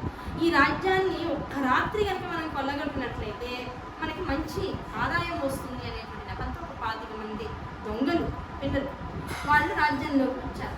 ఆ రోజు చాలా విశేషమైనటువంటి రోజు కావడం చేత ఊళ్ళో ఒక 2-3 పెళ్ళిళ్ళు ఉండడం చేత వీలున్నంత వరకు ఎవరు నిద్రలు పోల, పురవాసులు ఎవరు నిద్రపోవాలి. దాంతో రాజుగారి భవనం ఒకటే కాస్త లైట్లు తక్కువగా ఉండి అందరూ పడుకున్నట్లుగా అనిపించింది వాళ్ళు. కనుక మనకి నగర వీధుల్లో తిరుగుతూ చిన్నగా ఉన్నటువంటి ధనాన్ని ఎందుకు కొట్టేసుకోవాలి, అదేదో రాజభవనానికి వెళ్దాం పదండి అని చెప్పేసి దర్జాగా రాజభవన్లో వెళ్ళారు. జాగ్రత్తగా అంతఃపురంలోకి వెళ్ళారు. అక్కడ ఉన్నటువంటి అంతఃపుర కాంతలు, వాళ్ళ చెలికెత్తలు, వీళ్ళందరికీ సంబంధించినటువంటి ప్రతి వస్తువుని లాగేశారు. 10-15 మూటలు అయినాయి బంగారు వస్తువులు. అన్ని మూటలు కట్టుకున్నారు. అమ్మాయి అబ్బాయి వాళ్ళ లేచిన వాళ్ళ బాగుందిరా మంది, ఆహా అదృష్టవంతులు, ఇంకో 10 ఏళ్ల పాటు మనకి మళ్ళీ దోపిడీ చేయాల్సినటువంటి అవసరం లేదనుకున్నారు. వస్తున్నారు. ఆ వస్తూ ఉంటే ఆ కటికి చేయడంతో అనుకోకుండా ఎవరితో కాళ్ళు దొరికారు. తీరా ఎవరిదిరా కాళ్ళు అంటే ఆ రాజు యొక్క కాళ్ళు దొరికి. ఆయన ఆ రోజు సోఫాలో పడుతున్నట్టు, ఎక్కడ నిద్ర పట్టక నిమిషం అటు ఇటు తిరిగి సోఫాలో ఏదో చదువుతూనే పడుతున్నాడు. ఆయన కాళ్ళు తొక్కేటట్టుగా ఉన్నట్టుంది. లేచాడు రాజు. అదిగో దొంగలు అన్నారు. ఓసారి కత్తి చుడిపించాడు, పక్కనే ఉన్నటువంటి కత్తి. దాన్ని తప్పించుకుని వాళ్ళు మూటలన్నీ పట్టుకుని చిన్నపిల్లలు కనుక పరిగెత్తారు. వెంటనే రక్షకభటులకి గంట ఉంటుంది, దాన్ని మోగించాడు. వెంటనే వాళ్ళ వెనకాల 50-60 మంది రక్షకభటులు పరిగెత్తారు. ఇదంతా జరుగుతుంది. అలా వాళ్ళు పాప అంత బరువైన మూటలు, బంగారాలు, వజ్రాలు, తాపడం చేసినటువంటి రకరకాల కిరీటాలు ఇలాంటివన్నీ పెట్టుకుని బయలుదేరుతున్నారు. బరువు మోయలేకపోతున్నారు. పరిగెత్తుకున్న కొద్దీ ఆయాసం వస్తుంది, బరువు పెరిగిపోతుంది. దాంతో ఏం చేద్దాం వీళ్ళు వదలట్లా. వెనకాల ఉన్న వాళ్ళు 50 మంది దురంధరులాగా వస్తున్నారు రాజభటులు. దాంతో ఈ ఊరు చివరికి వచ్చేసాం, ఇంతకు మించి ఇంకా పరిగెత్తే శక్తి కాళ్ళకి లేదు. ఇక్కడ పాడుపడిపోయిన సత్రం ఉంది, దీనిలోకి వెళ్దాం అన్నారు. దీనిలోకి వెళ్ళేటప్పుడు ఏమైంది, అక్కడ తపస్సు చేసుకుంటూ అది ఆత్మధ్యానంలో ఉన్నటువంటి మాండవ్యుడు. సరే ఆయన ఎవరో వీళ్ళకి తెలియదు. సరే ఎవరో యోగి చేసుకుంటున్నాడు. ఈ రాజుకి ఎలాగో యోగులన్నా సన్యాసులన్నా మహాప్రేమ కదా. ఈ మూటలో కనపడచ్చు కాక కనపడకపోవచ్చు కాక. ఈయనైతే ఆయన బాగానే సత్తున్నాడు. లేక మనం సత్రంలోకి వచ్చి ఈ డబ్బంతా తీసుకోవాలి, ఇందులోకి ఎవరు రారనుకున్నారు. అవన్నీ కూడా అక్కడ పడేసారి పెట్టారు. ఈ రక్షభటులందరూ కూడా వచ్చి చివరికి ఏం చేశారు, ఈయన ఎవడో బయట కూర్చుంటున్నాడు. ఆయన అప్పుడే భస్త్రిక చేస్తున్నాడు. భస్త్రిక అంటే లోపలికి కడుపుని బాగా తీసి బయటకు వదులుతూ ఉండడం కానీ, అంటే ఆయాసపడుతున్నారని భావించారు వీళ్ళ ఇంతసేపు పరిగెత్తి వీళ్ళందరూ ఆ ముఠాకి నాయకుడు అనుకుంటా వీళ్ళు ఆయాసపడుతూ కూర్చున్నాడు. ఇలా కూర్చుంటే మనం పట్టుకోలేమనుకున్నాడు అని ఆ పాడుపడిపోయినటువంటి సత్రం లోపలికి వెళ్ళినట్టుగా అక్కడ అన్ని మూటలు పడేసింది. ఓహో వీడు నిజమే మనం అనుకున్నట్లుగా ఈ ముఠా నాయకుడు వీళ్ళని చెప్పాడు. వెంటనే ఆ మూటలన్నీ పట్టుకుని కొంతమంది ఈయన కూర్చున్న వాడిని కూర్చున్నట్టుగా తీసుకునే వాడు. రాజుగారు పైన వెయిట్ చేస్తున్నారు. మొత్తం రాజభవనానికి అందరికీ బయటకు ఒక చిన్న ఓపెన్ వరండా ఉంటుంది. అందులోకి వచ్చి చూస్తున్నారు. ఇంకా రావట్లేదు ఇంకా పట్టుకోలేదు. ఇలా భుజానికి ఎత్తుకుని పాపం కూర్చున్న స్థానంలో ఉన్నటువంటి మాండవ్యుడిని ఎత్తుకుని వచ్చేస్తున్నారు. రాజుగారు దొరికారు. ఇంకా వాడిని అక్కడ నాకు తీసుకురాకండి, నా మొహం చూపించకండి. రాత్రిపూట మొహం చూసినా బాగుండే, మొహం చూడడానికి కూడా ఇష్టం లేదు. ఆ 4 రోడ్ల కూడలి ఉంది కదా, ఆ కూడలిలో కొరత వేసేయండి వాడిని. కొరత అంటే ఏమిటి అర్థం? చాలా ఘోరమైనటువంటి శిక్ష. ఒక శూలాన్ని దింపిన తర్వాత ఆ మనిషిని టోటల్గా కాళ్ళు వెడల్పు చేసి మొత్తం 10 మంది పట్టుకుని ఆ శూలము మలద్వారం గుండా నొక్కేసేసి మొత్తం కిందకి అంటే కంఠం దాకా మొత్తం లోపలికి దించేస్తారు. ఆ శూలాన్ని దించేసి ఇంకా వాడు నెమ్మదిగా రక్తం కక్కి అన్ని రంధ్రాల గుండా రక్తం బయటికి శ్రమించి కొన్నాళ్ళకి చచ్చిపోతారు. చాలా ఘోరమైన పెయిన్ఫుల్ మరణం అంటారు అన్నమాట.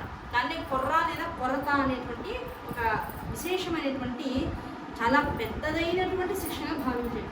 ఇంత రాజభవనంలోకి వచ్చి అంతఃపుర స్త్రీల యొక్క మొత్తం ఆభరణాలన్నీ దొంగలించి వెళ్ళాడంటే వీడు ఎంత గొప్ప గజ దొంగ చూడు. ఇలాంటి వాడికి ఇంకా వేరే శిక్షలు వేసేసి ఈయనేం మాట్లాడు. అన్న ఆత్మధ్యానంలో ఉన్నాడు. బాధ తెలుస్తోంది. ఆ బాధను కూడా అనుభవిస్తున్నాడు. ఎందుకు నేనేం తప్పు చేశాను? ఆ తప్పుకి యమధర్మరాజు వేసినటువంటి శిక్ష ఇది. కనుక రాజు మీద కోపం రాలా, భటుల మీద కోపం రాలా, తనలో తను రమించుకుంటున్నాడు. బాధని తపస్సుగా అనుభవిస్తుంది. అంటే ఇలా చెప్పడం ఇప్పుడు ఈ కథ ఒక కొడుకు తండ్రికి చెప్తున్నాడంటే అర్థం ఏమిటి? మనకి నిత్య జీవితంలో వచ్చేటువంటి కష్టాలు అన్నీ ఎలా ఉంటాయి? ఇలాగే ఉంటాయి. మూలాధార చక్రం నుంచి సహస్రారం దాకా అన్ని కష్టాలే కదా, అవునా కదా? ఈ అబ్బో నాకే ఈ కష్టం ఎందుకు వచ్చిందని బాధపడిపోతూ ఉంటావు. నువ్వు నిజంగా భగవంతుడిని నమ్మితే, నువ్వు నిజంగా నీకు తెలిసిన విద్య మీద నీకు నమ్మకం ఉంటే, నీ తల్లిదండ్రులు ఇచ్చినటువంటి జన్మ మీద నీకు చక్కటి ఉద్దేశం కనుక ఉంటే, మళ్ళీ దీన్ని పొందకూడదు అనేటువంటి ఒక తత్వ దృష్టి కనుక దీని మీద ఉంటే ఏ కష్టానికి చెల్లించదు. ఇది నేను చేసుకున్నటువంటి పూర్వకర్మ అనుభవించేస్తా. అయిపోలా నాకు ఇచ్చాడు అంటే అర్థం ఏమిటి? నాకు భగవంతుడు ఈ జన్మలో ఈ కష్టాన్ని ఇచ్చాడంటే అర్థం ఏమిటి? నన్ను బాగు చూస్తున్నాడని అర్థం. పిల్లవాడు చిన్న తప్పు చేశాడు, ఇంట్లో తల్లి కంటపడింది, తండ్రి వచ్చేదాకా ఆగింది. ఆవిడ దెబ్బ వేయచ్చు, కానీ తండ్రి వచ్చేదాకా ఆయన చెప్పింది. ఆయన ఏం చేశాడు, ఈవిడ చేతితో కొడుతూ ఆయన బెల్ట్ తీశాడు. గట్టిగా పిల్లవాడికి పిల్ల మీద వేపు మీద గట్టిగా అక్కడ ఏం కాదు, అయినా సరే అక్కడ బాగా తినేటట్టుగా 2 దెబ్బలు వేశాడు. పిల్లాడు రోజంతా బాగా ఎక్కి ఏడ్చాడు. తర్వాత రోజు జ్వరం వచ్చింది, ఇబ్బంది లేదు, 4 రోజులు జ్వరంతో ఇబ్బంది పడ్డాడు. తల్లిదండ్రులు కూడా కనీసం ఏం చేశాడు, కానీ మళ్ళీ జీవితంలో వాడు తప్పు చేస్తాడా? అలా గట్టి కష్టం వచ్చినా అది ఇది వరకు నేను చేసినటువంటి తప్పుకి పర్యవసానం అని తెలుసుకున్నవాడు ఎవడైతే ఉంటాడో ఆ వచ్చిన కష్టానికి బాధపడు, ఇంత తప్పు చేశానా అని వెనకాల ఇది చూసుకుంటాడు. అబ్బా ఇంత కష్టం ఇచ్చాడంటే నీ కష్టానికి తగ్గ తప్పు చేశాను, నేను అంత తప్పు చేశానా, అంత అజ్ఞానిగా ఉన్నానా, భగవంతుడా క్షమించు అలా మనమేమనుకుంటాం, అయ్యో భగవంతుడా ఇన్ని పూజలు చేశా, ఇన్ని పురాణాలు చదువుతున్నా, ఇంకా నా మీద దయ రాలేదు, అసలు నువ్వు భగవంతుడివేనా, వెంటనే నింద చేసేస్తా, అసలు నువ్వు నన్ను చూస్తున్నావా, ఈ కనికారం అండి, అంతా పాపాత్ములందరూ బాగుంటారు, మనలాంటి వాళ్ళు మనం తెలియకుండానే we will translate our self into something else. అంతే కదా, మనల్ని మనం మార్చేసుకుంటాం పుణ్యాత్ములుగా, యోగులుగా. అసలు అంత మంచి వాళ్ళకే కష్టాలు వస్తాయండి, అదే అన్నట్టు ఒక నీతి వాక్యం. కనుక ఇలా చేసుకున్నది ఏమవుతుంది, ఆత్మనింద, స్వనింద, మనల్ని మనం గొప్పగా చేసుకోవడం, దాంతోపాటుగా భగవంతుని నింద చేయడం, ఇన్ని తప్పులు ఏకకాలంలో జరిగిపోతున్నాయి. దానికి ఈ శిక్ష కన్నా ఇంకా పెద్ద శిక్ష కూడా. ఆ శిక్ష వచ్చినప్పుడు ఏమనుకుంటావు, అసలు దేవుడే లేడనుకో. ఇలా మనిషి పాపాలు ఎలా పెరుగుతున్నాయంటే ఇలా పెరుగుతాయిరా. మాండవ్యుడిని చూసి నేర్చుకో. తండ్రికి చెప్తున్నప్పుడు అంతరార్థం ఏమిటంటే తండ్రి స్థానంలో మనందరం ఉన్నాం. మన ఎదురుకుండా జడుడు ఉన్నాడు. ఆ జడుడు ఏం చెప్తున్నాడు, ఇదిగో కష్టం అంటే ఇంతకు మించి కష్టం ఏమన్నా ఉందా? మనిషి బతికి ఉండగా మలద్వారంలోంచి శూలాన్ని దింపి మొత్తం ఇక్కడ దాకా శూలం కంఠం దాకా దింపి చివరికి ఆ మలద్వారం కట్టేపి అక్కడ శూలం దిగుతుంది. అటువంటి కష్టాన్ని అనుభవిస్తూ ఒక మాండవుడు అనేటువంటి మహర్షి అసలు ఆయనకి కష్టం పడాల్సినటువంటి అవసరం లేదు. నేను ఫలానా మాండవ్యుడిని అని చెప్పిన రాజుల విషయంలో పెట్టింది. అసలు శిక్ష వేసేవాళ్ళు తన పేరు చెప్పుకోకుండా, తన ఊరు చెప్పుకోకుండా, తాను ఎవరో చెప్పుకోకుండా తను తీసుకొచ్చి దీని కింద వేశారు అంటే ఇంత కష్టం, ఇంత బాధ నేను ఎవరినో పెట్టుంటాననేటువంటి నెత్తికి వచ్చినటువంటి వారి కనుక ఆ కష్టాన్ని అనుభవిస్తూ వచ్చింది. అలా 3 రోజులు గడిచింది. అలా 3 రోజులు గడిచింది. ఈ మొదటి రోజు ఎప్పుడైతే ఈ కొరత వేశారో, ఎప్పుడు వేశారు, 9ంటికి అంతఃపురంలో దొంగతనం జరిగింది. 9:30కి ఈయన తీసుకొచ్చి కొరత వేసేస్తారు. 10ంటికి ఈ లోపల అక్కడ కౌశికుడు రెడీ అయ్యాడు. వాళ్ళు ఆవిడ బాగా అందగాడిగా తయారు చేసి ఏం చేస్తుంది, ఇప్పుడు ఆయన తీసుకురావాలి. ఆవిడ సుకుమార్, చిన్న పిల్ల, మనకందరికీ సుమతి చాలా పెద్ద అమ్మాయి అనిపిస్తుంది. కాదు 15 ఏళ్ల బాలిక. వివాహమే అప్పుడు ఇంకా సంవత్సరం కూడా కాదు. అంత 32 ఏళ్ల వయసు ఉన్నటువంటి వాడిని గుడ్డలో పెట్టు తలమే పెట్టుకోవాలంటే పాపం ఎంత కష్టం. అయినా సరే భర్తని బుట్ట ఏర్పాటు చేసి ఆ బుట్టలో ఆయన ఎక్కడ కష్టం కలగకుండా ఉండడానికి మెత్తటి గుడ్డలు ఏర్పాటు చేసి ఆ మెత్తటి గుడ్డల కింద గులాబీ రేకులు, మా తాత తొడు మీద తీసేసినటువంటి మల్లెల పూల యొక్క ఆ రేకులు, జాజి పూల రేకులు, శరీరానికి అంతా దుర్గంధం రాకుండా ఈ లోపల నడిచి వెళ్తుంటే శరీరానికి మళ్ళీ దుర్గంధం వస్తుంది. ఆ పుష్టి అది దానివల్ల మళ్ళీ ఆవిడేమన్నా ఇబ్బంది పడుతుందేమో, గుణికి అనబడేటువంటి వేశ్యాన్ని ఆలోచించి ఆయనకి శరీరం అంతా కూడా రకరకాల సుగంధ తైలాలను అదిది ఇంకొన్ని సుగంధ తైలాలు తన బొడ్డులో దోపుకొని మన భర్తను చక్కగా తయారు చేసి మెళ్ళో చక్కగా మల్లెపూలను దండం వేసి చేతులకు కట్టి చక్కగా తెల్లటి వస్త్రాన్ని ధరింపజేసి తీసుకెళ్తుంటే ఈ నగర కూడంలోకి వచ్చింది. ఎటువైపు వెళ్తే వేశ్య ఉండేటువంటి ఆవాసాలు వస్తాయని ఆ పిల్లకి తెలియదు. ఎందుకంటే తను ఎప్పుడు కూడా ఈ ఇటువైపు ఉండేటువంటి పిల్ల. దాంతో పాపం వెతుక్కుంటూ పైన బరువు పెరిగిపోతుంది, మొయ్యలేకపోతుంది, మొహం అంతా కందగడ్డలా అయిపోయింది, పాపం శరీరం అంతా చెమట కారిపోతుంది, మొయ్యలేకపోతున్నాయా. ఈయనేమో కాలుతో తంతున్నాడు, వెళ్ళు ఇంకా తొందరగా వెళ్ళి, ఇంత ఆలస్యంగా వెళ్తున్నాను అంటే పాపం భార్యను దొరుకుతున్నాడు. ఆ బాధని కూడా అనుభవిస్తూ వెళ్తున్నాను అడుగులు తొందరగా వేసి పాపం అక్కడ కూడలు దగ్గరికి ఎటువైపు వెళ్ళాలా అని 2 సార్లు ఇలా భ్రమణం చేసింది.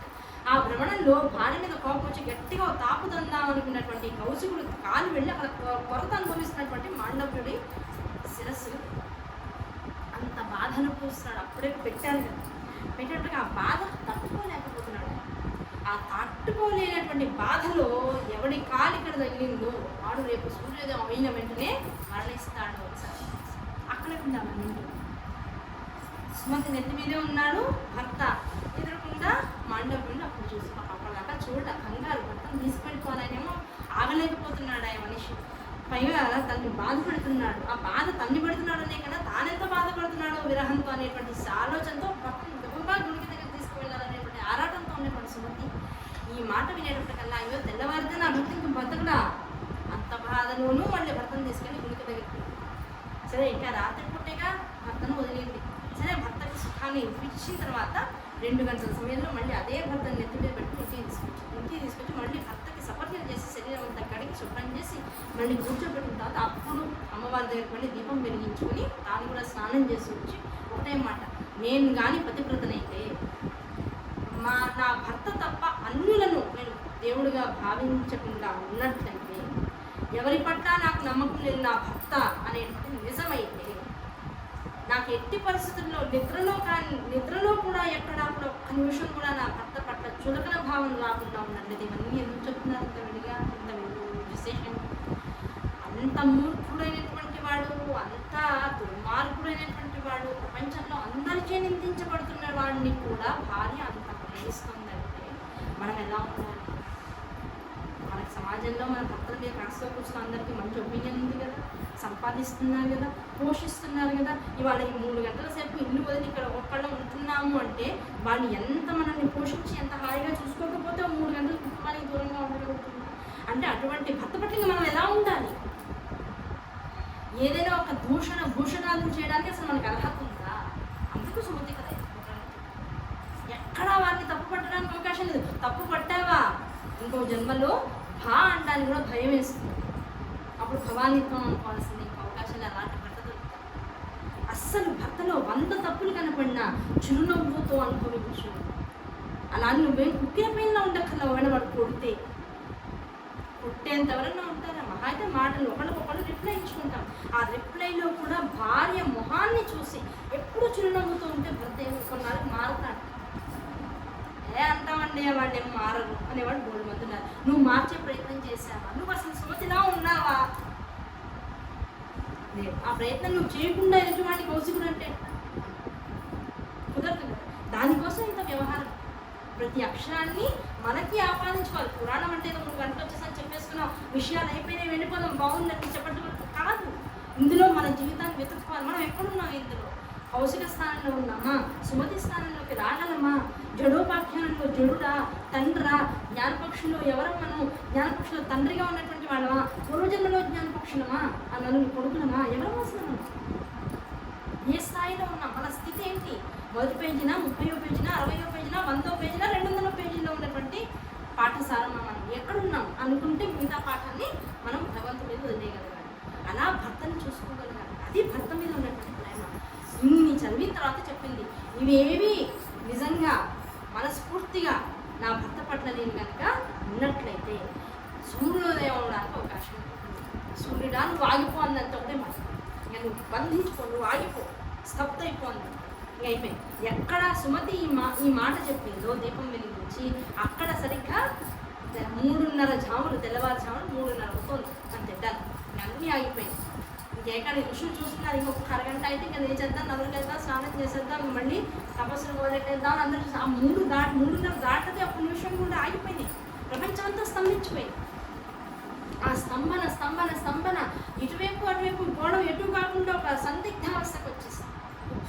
సూర్యుడు ఆగిపోయినప్పుడు ఏమైపోయింది? మొత్తం కాలమంతా కూడా ఆగిపోయింది. దాంతోపాటు ఋతువులు, వాటి క్రమము, ప్రకృతిలో వచ్చేటువంటి మార్పులన్నీ ఆగిపోయినాయి. 1 రోజు ఆగింది, 2 రోజులు ఆగింది, ఇంకా 2వ రోజు వచ్చేప్పటికి ఇంకెవరు భరించలేకపోతున్నారు.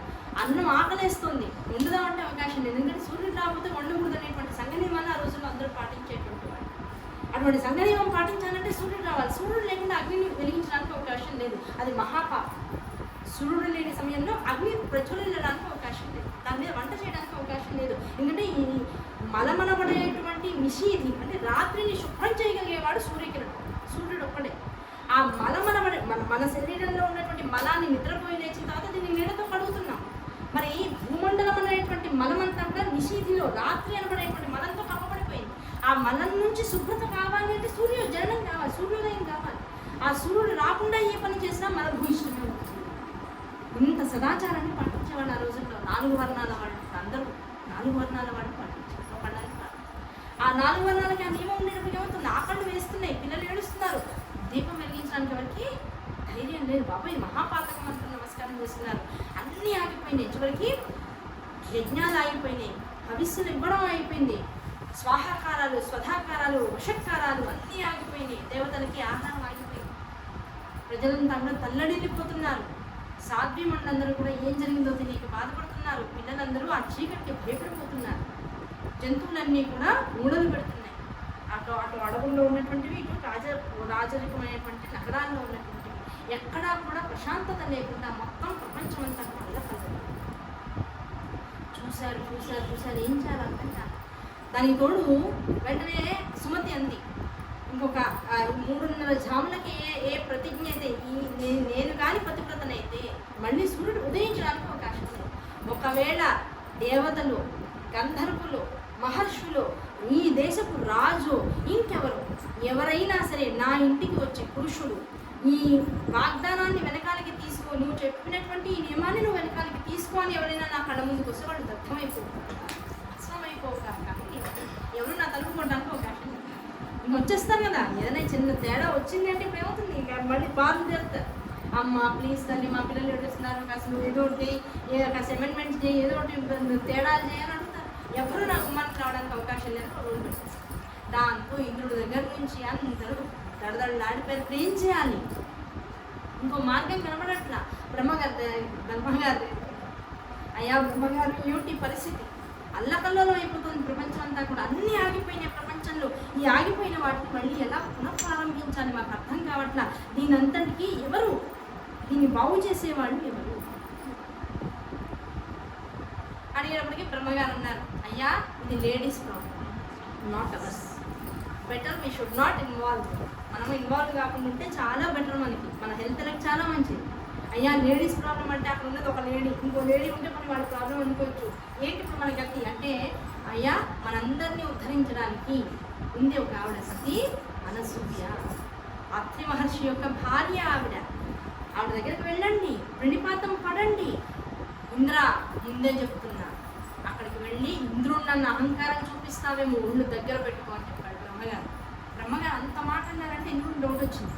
అదేంటి బ్రహ్మగారు అంత మాట అనేశారు, అంత గొప్పదా అనసూయ? రే అనసూయ కాదురా, అనసూయ మాత అనరా బాబు. ఆవిడ మహాపతివ్రత. ఆవిడ పాతివ్రత్యం గురించి చెప్పాలంటే నేను కాదు, ఇక్కడే పక్కనే నారదుడు ఉన్నాడు, ఆయన అడగండి. నారదుడు వాళ్ళ యొక్క మొత్తం దేవతా సమూహం అంతా తిరుగుతుంది.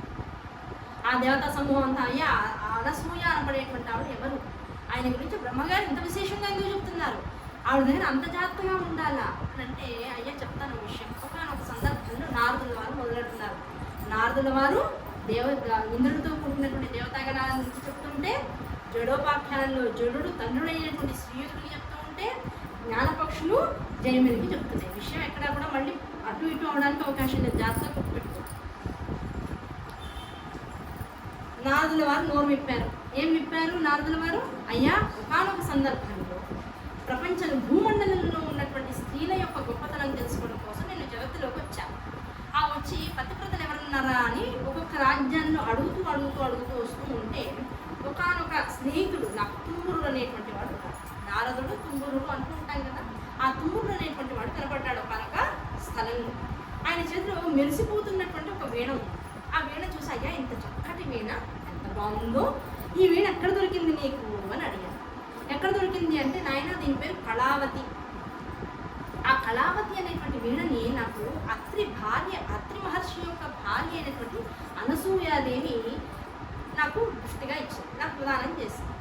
నీకేమైందో తెలుసా ఒకనొక సందర్భంలో అని తుంబురుడు ఇప్పుడు నారదుడు దేవతా సమూహాలని చెప్తున్నారు. ఈ కథలో తుంబురుడు నారదుడికి జరిగినటువంటి విషయాన్ని అతని చెప్తున్నారు. ఒకనొక సందర్భంలో అత్రి మహర్షి 12 సంవత్సరాల పాటు ఏకధాటిగా తపస్సు చేసుకోవడం కోసం వింధ్య పర్వతాలకు వెళ్ళిపోయారు. ఆ వింధ్య పర్వతాలకు వెళ్ళిపోయిన తర్వాత అత్రి వెళ్ళిపోయిన తర్వాత ఆయన అనుమతితో అనసూయాదేవి ఆశ్రమంలో ఒకటిగా ఉంటూ త్రికాల పూజలు జాగ్రత్తగా చేసుకుంటూ భర్త యొక్క అనుష్ఠానాన్నంతా తాను స్వీకరించి పాతివ్రత్య ధర్మాన్ని ఎక్కడ వదలకుండా జాగ్రత్తగా బతుకుతూ హ్యాపీగా ఉంటుంది.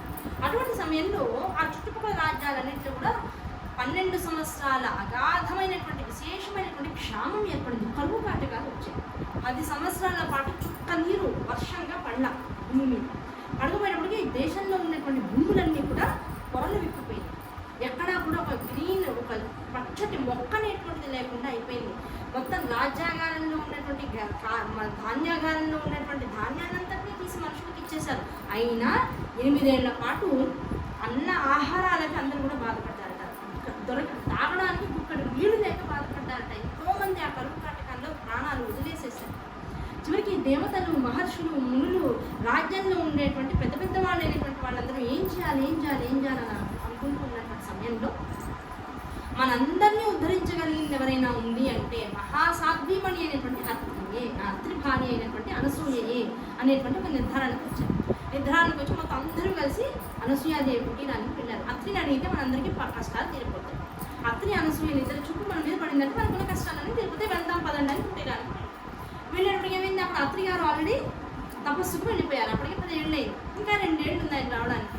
అయ్యా ఆయన రావడానికి ఇంకా 2 సంవత్సరాలు ఉందయ్యా అని అనసూయాదేవి చెప్పి, అమ్మ అందరం అల్లల్లాడిపోతున్నాం, తినడానికి తాగడానికి దేనికి ఏమీ లేదు, మొత్తం ప్రపంచమంతా కూడా బీటలు మారిపోయింది, ఎక్కడా కూడా ఇంకా బతికేటువంటి అవకాశం లేదు, నువ్వు తప్ప ఇంకా మా అన్నపూర్ణాదేవి ఇంకొకరు లేదు, మమ్మల్ని అన్నింటినీ ఉద్ధరించేటువంటి తల్లి నీ యొక్క పాతివృత్తి మహత్యంతో మమ్మల్ని అన్ని రక్షించుకొని పాదాక్రాంతం అయిపోయారు. మొత్తం ఆ ప్రదేశం అంతా కొన్ని ఎకరాల వాళ్ళు వచ్చిన వాళ్ళందరూ పాదాక్రాంతం అయిపోయారు. నేలకి పడిపోయారు అందరూ. వాళ్ళ కష్టాన్ని చూసి, వాళ్ళ బాధను చూసి తల్లి ప్రేమ ఉక్కింది. ఉబ్బికి ఏం చేసింది, వెంటనే చిన్నగా తన పక్కన ఉన్నటువంటి ముందు వంటింట్లోకి వెళ్ళింది, ఆ లోపల ఉన్నటువంటి అంతరాలయంలోకి వెళ్ళింది. భర్తని పాదరక్షలు ఉంటాయి. భర్త ఎక్కడికైనా వెళ్ళినప్పుడు ఆ పాదరక్షలే భర్త స్థానంలో ఉంచుకుంటుంది. ఆయన దగ్గరికి వెళ్ళింది. ఆయన నమస్కారం చేసింది. అయ్యా, వచ్చిన వాళ్ళందరూ కూడా అన్నార్తులై ఆహారం కోసం వచ్చారు. తల్లిగా అందరి ఆకలి తీర్చడం మీ భార్యగా నా ధర్మం. ఆ ధర్మాన్ని విసిద్ధ చేయడం మీరు లేదనేటువంటి ఒక మాట కుదిరేటువంటి విషయం కాదు. మీరు ఎక్కడున్నారు అనగానే అనసూయ చెప్పుకుంటూ మదిలో ఇక్కడ నుండి మాట్లాడారు. అంటే వారిద్దరు సాంగత్యం ఎంత గొప్పదో చెప్పమంటే, ఇలా వాళ్ళందరూ వచ్చారు స్వామి, వాళ్ళకి నేను ఏమైనా చేయనా అని అంటే, నువ్వే చేయాలి, ఇంకెవరికి అవకాశం లేదు, అది నేను రావడానికి ఇంకా 2 నెలల సమయం పడుతుంది, ఈ లోపల నువ్వు వాళ్ళందరినీ పోషించమ్మా అని చెప్పేసి వదిలేశాను. ఎలా అనేది ఆయన ఏం చెప్పాలి, పోషించు. సరే, ఆయనకి నమస్కారం చేసింది, అమ్మవారి ముందు నమస్కారం చేసుకుంది, బయటకు వచ్చి ఆ ఆశ్రమానికి పక్కనే ఉన్నటువంటి చిన్న పెరడులో భూమిని 2 చేతులతో ఇట్లా తవ్వి మొత్తం కుప్పెడుతో 2 కుప్పెడుతో ఆ ఇసుకని బయటికి లాగేటప్పటికల్లా అక్కడి నుంచి పాతాళగంగా ఉబికి అది ఎంత స్థాయిలో వెళ్ళిపోయిందంటే, అక్కడ నుంచున్నటువంటి వారందరి శరీరాలని తడిపేసేసింది. ఫౌంటైన్ లాగా లేచింది. ఆ ఫౌంటైన్ లాగా లేచి ఆ చుట్టుపక్కల ఉన్నటువంటి ఖాళీ బంజర భూమిని అంతటి కూడా తడిపేసింది. ఆ తడపడం ఏమిటి, కళ్ళ ముందు ఏదో యానిమేషన్ సినిమా నడిచినట్లుగా తడిసిన భూమి తడిసినట్లుగా వరి పైర్లు బయటకు వచ్చాయి. ఆ వరి పైర్లలోంచి ధాన్యం మొలకలు బయటకు వచ్చాయి. ఆ ధాన్యం మొలకల్లోంచి వరిగింజలు బయటకు వచ్చాయట. ఆ వరిగింజలు తనంతట తానుగా నూరుకుని ధాన్యంగా మారి తన యొక్క ఆశ్రమంలోకి మూటలుగా వచ్చాయి.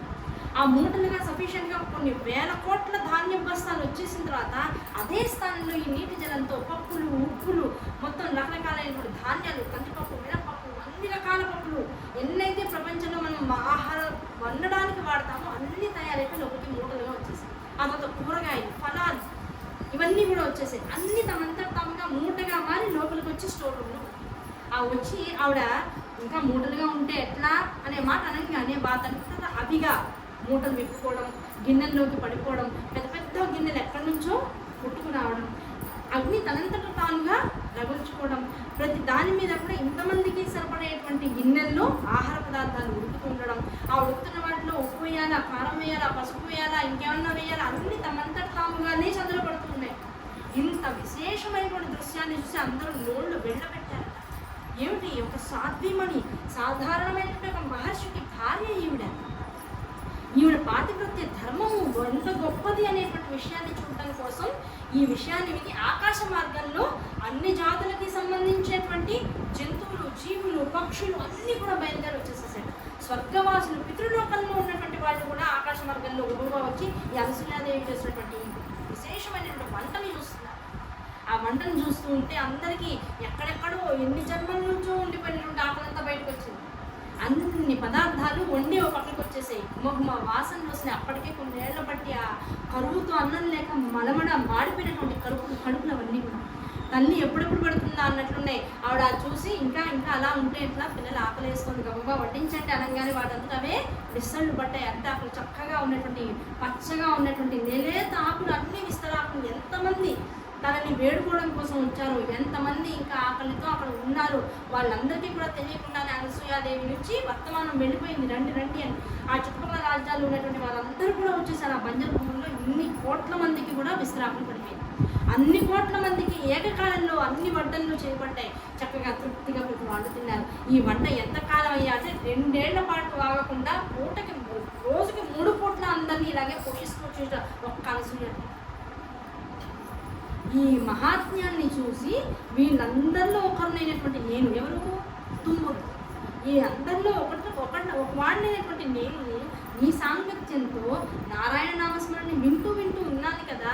ఆవిడని చూసిన పారవస్యంలో, ఈ మహిమని చూసినటువంటి పారవస్యంలో నిజంగా ఆ తల్లి అన్నపూర్ణని గురించినటువంటి స్తోత్రాలు చేశాను, గానం చేశాను.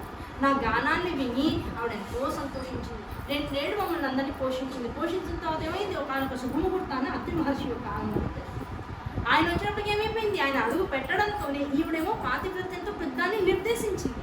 ఆయన అడుగు పెట్టేటప్పటికల్లా ఆయన చేసేటువంటి తపస్సు యొక్క గొప్పతనం ఏదైతే ఉందో ఆ పాదం అక్కడ పడంగానే సుభిక్షంగా మొత్తం రాజ్యం అంతా వానలు కురిసి మొత్తం పాడి పంటలతో రాజ్యం వితిన్ మినిట్స్లో సస్యశ్యామలంగా మారిపోయింది. ఆ సస్యశ్యామలంగా మారిపోయినటువంటి రాజ్యం అంతా చూసేసి అందరూ చాలా ఇంతకాలం పాటు ఈ అన్నపూర్ణగా భావించే అనసూయాదేవిని ఎంతైతే ప్రస్తుతించాడో తుమ్ముడు, ఆ తుమ్ముడు యొక్క గానాన్ని విని ఆనందించి ఇంత చక్కటి గొంతు పెట్టుకున్నావు, చక్కగా గానం చేసినావు, నిరంతరం భక్తి భావనతో నువ్వు ఎక్కడ తిరుగుతున్నా సరే ఈ భక్తి భావనతో కూడుకున్నటువంటి పాటలతో అందరి మనసుని రమింపచేయమని అనసూయాదేవి భర్త యొక్క అనుజ్ఞతో నాకు ఈ కళావతి అనేటువంటి వీణని ప్రదానం చేసింది. అది నిజంగా నా దగ్గర ఉంటే నేను తెలియకుండానే నేను ఏం పాడాలో, అది ఏ రాగంలో ఉండాలో, అలా ఎలాంటి మాటలు దానికి కూర్చుతే బాగుంటుందో ఇదే నాకు చెప్తూ ఉంటుంది. కనుక దీని పేరు కళావతి అని ఆవిడే చెప్పి నాకు ఇచ్చింది అని నారదుడు చెప్పారు. అంత గొప్పదా అనసూయ, ఎక్కడ ఉంటుంది, ఫలానా శ్రేణుల దగ్గరికి వెళ్ళండి, వెళ్తే అక్కడ మీకు కనపడుతుంది. సరే వెంటనే వెళ్ళారు.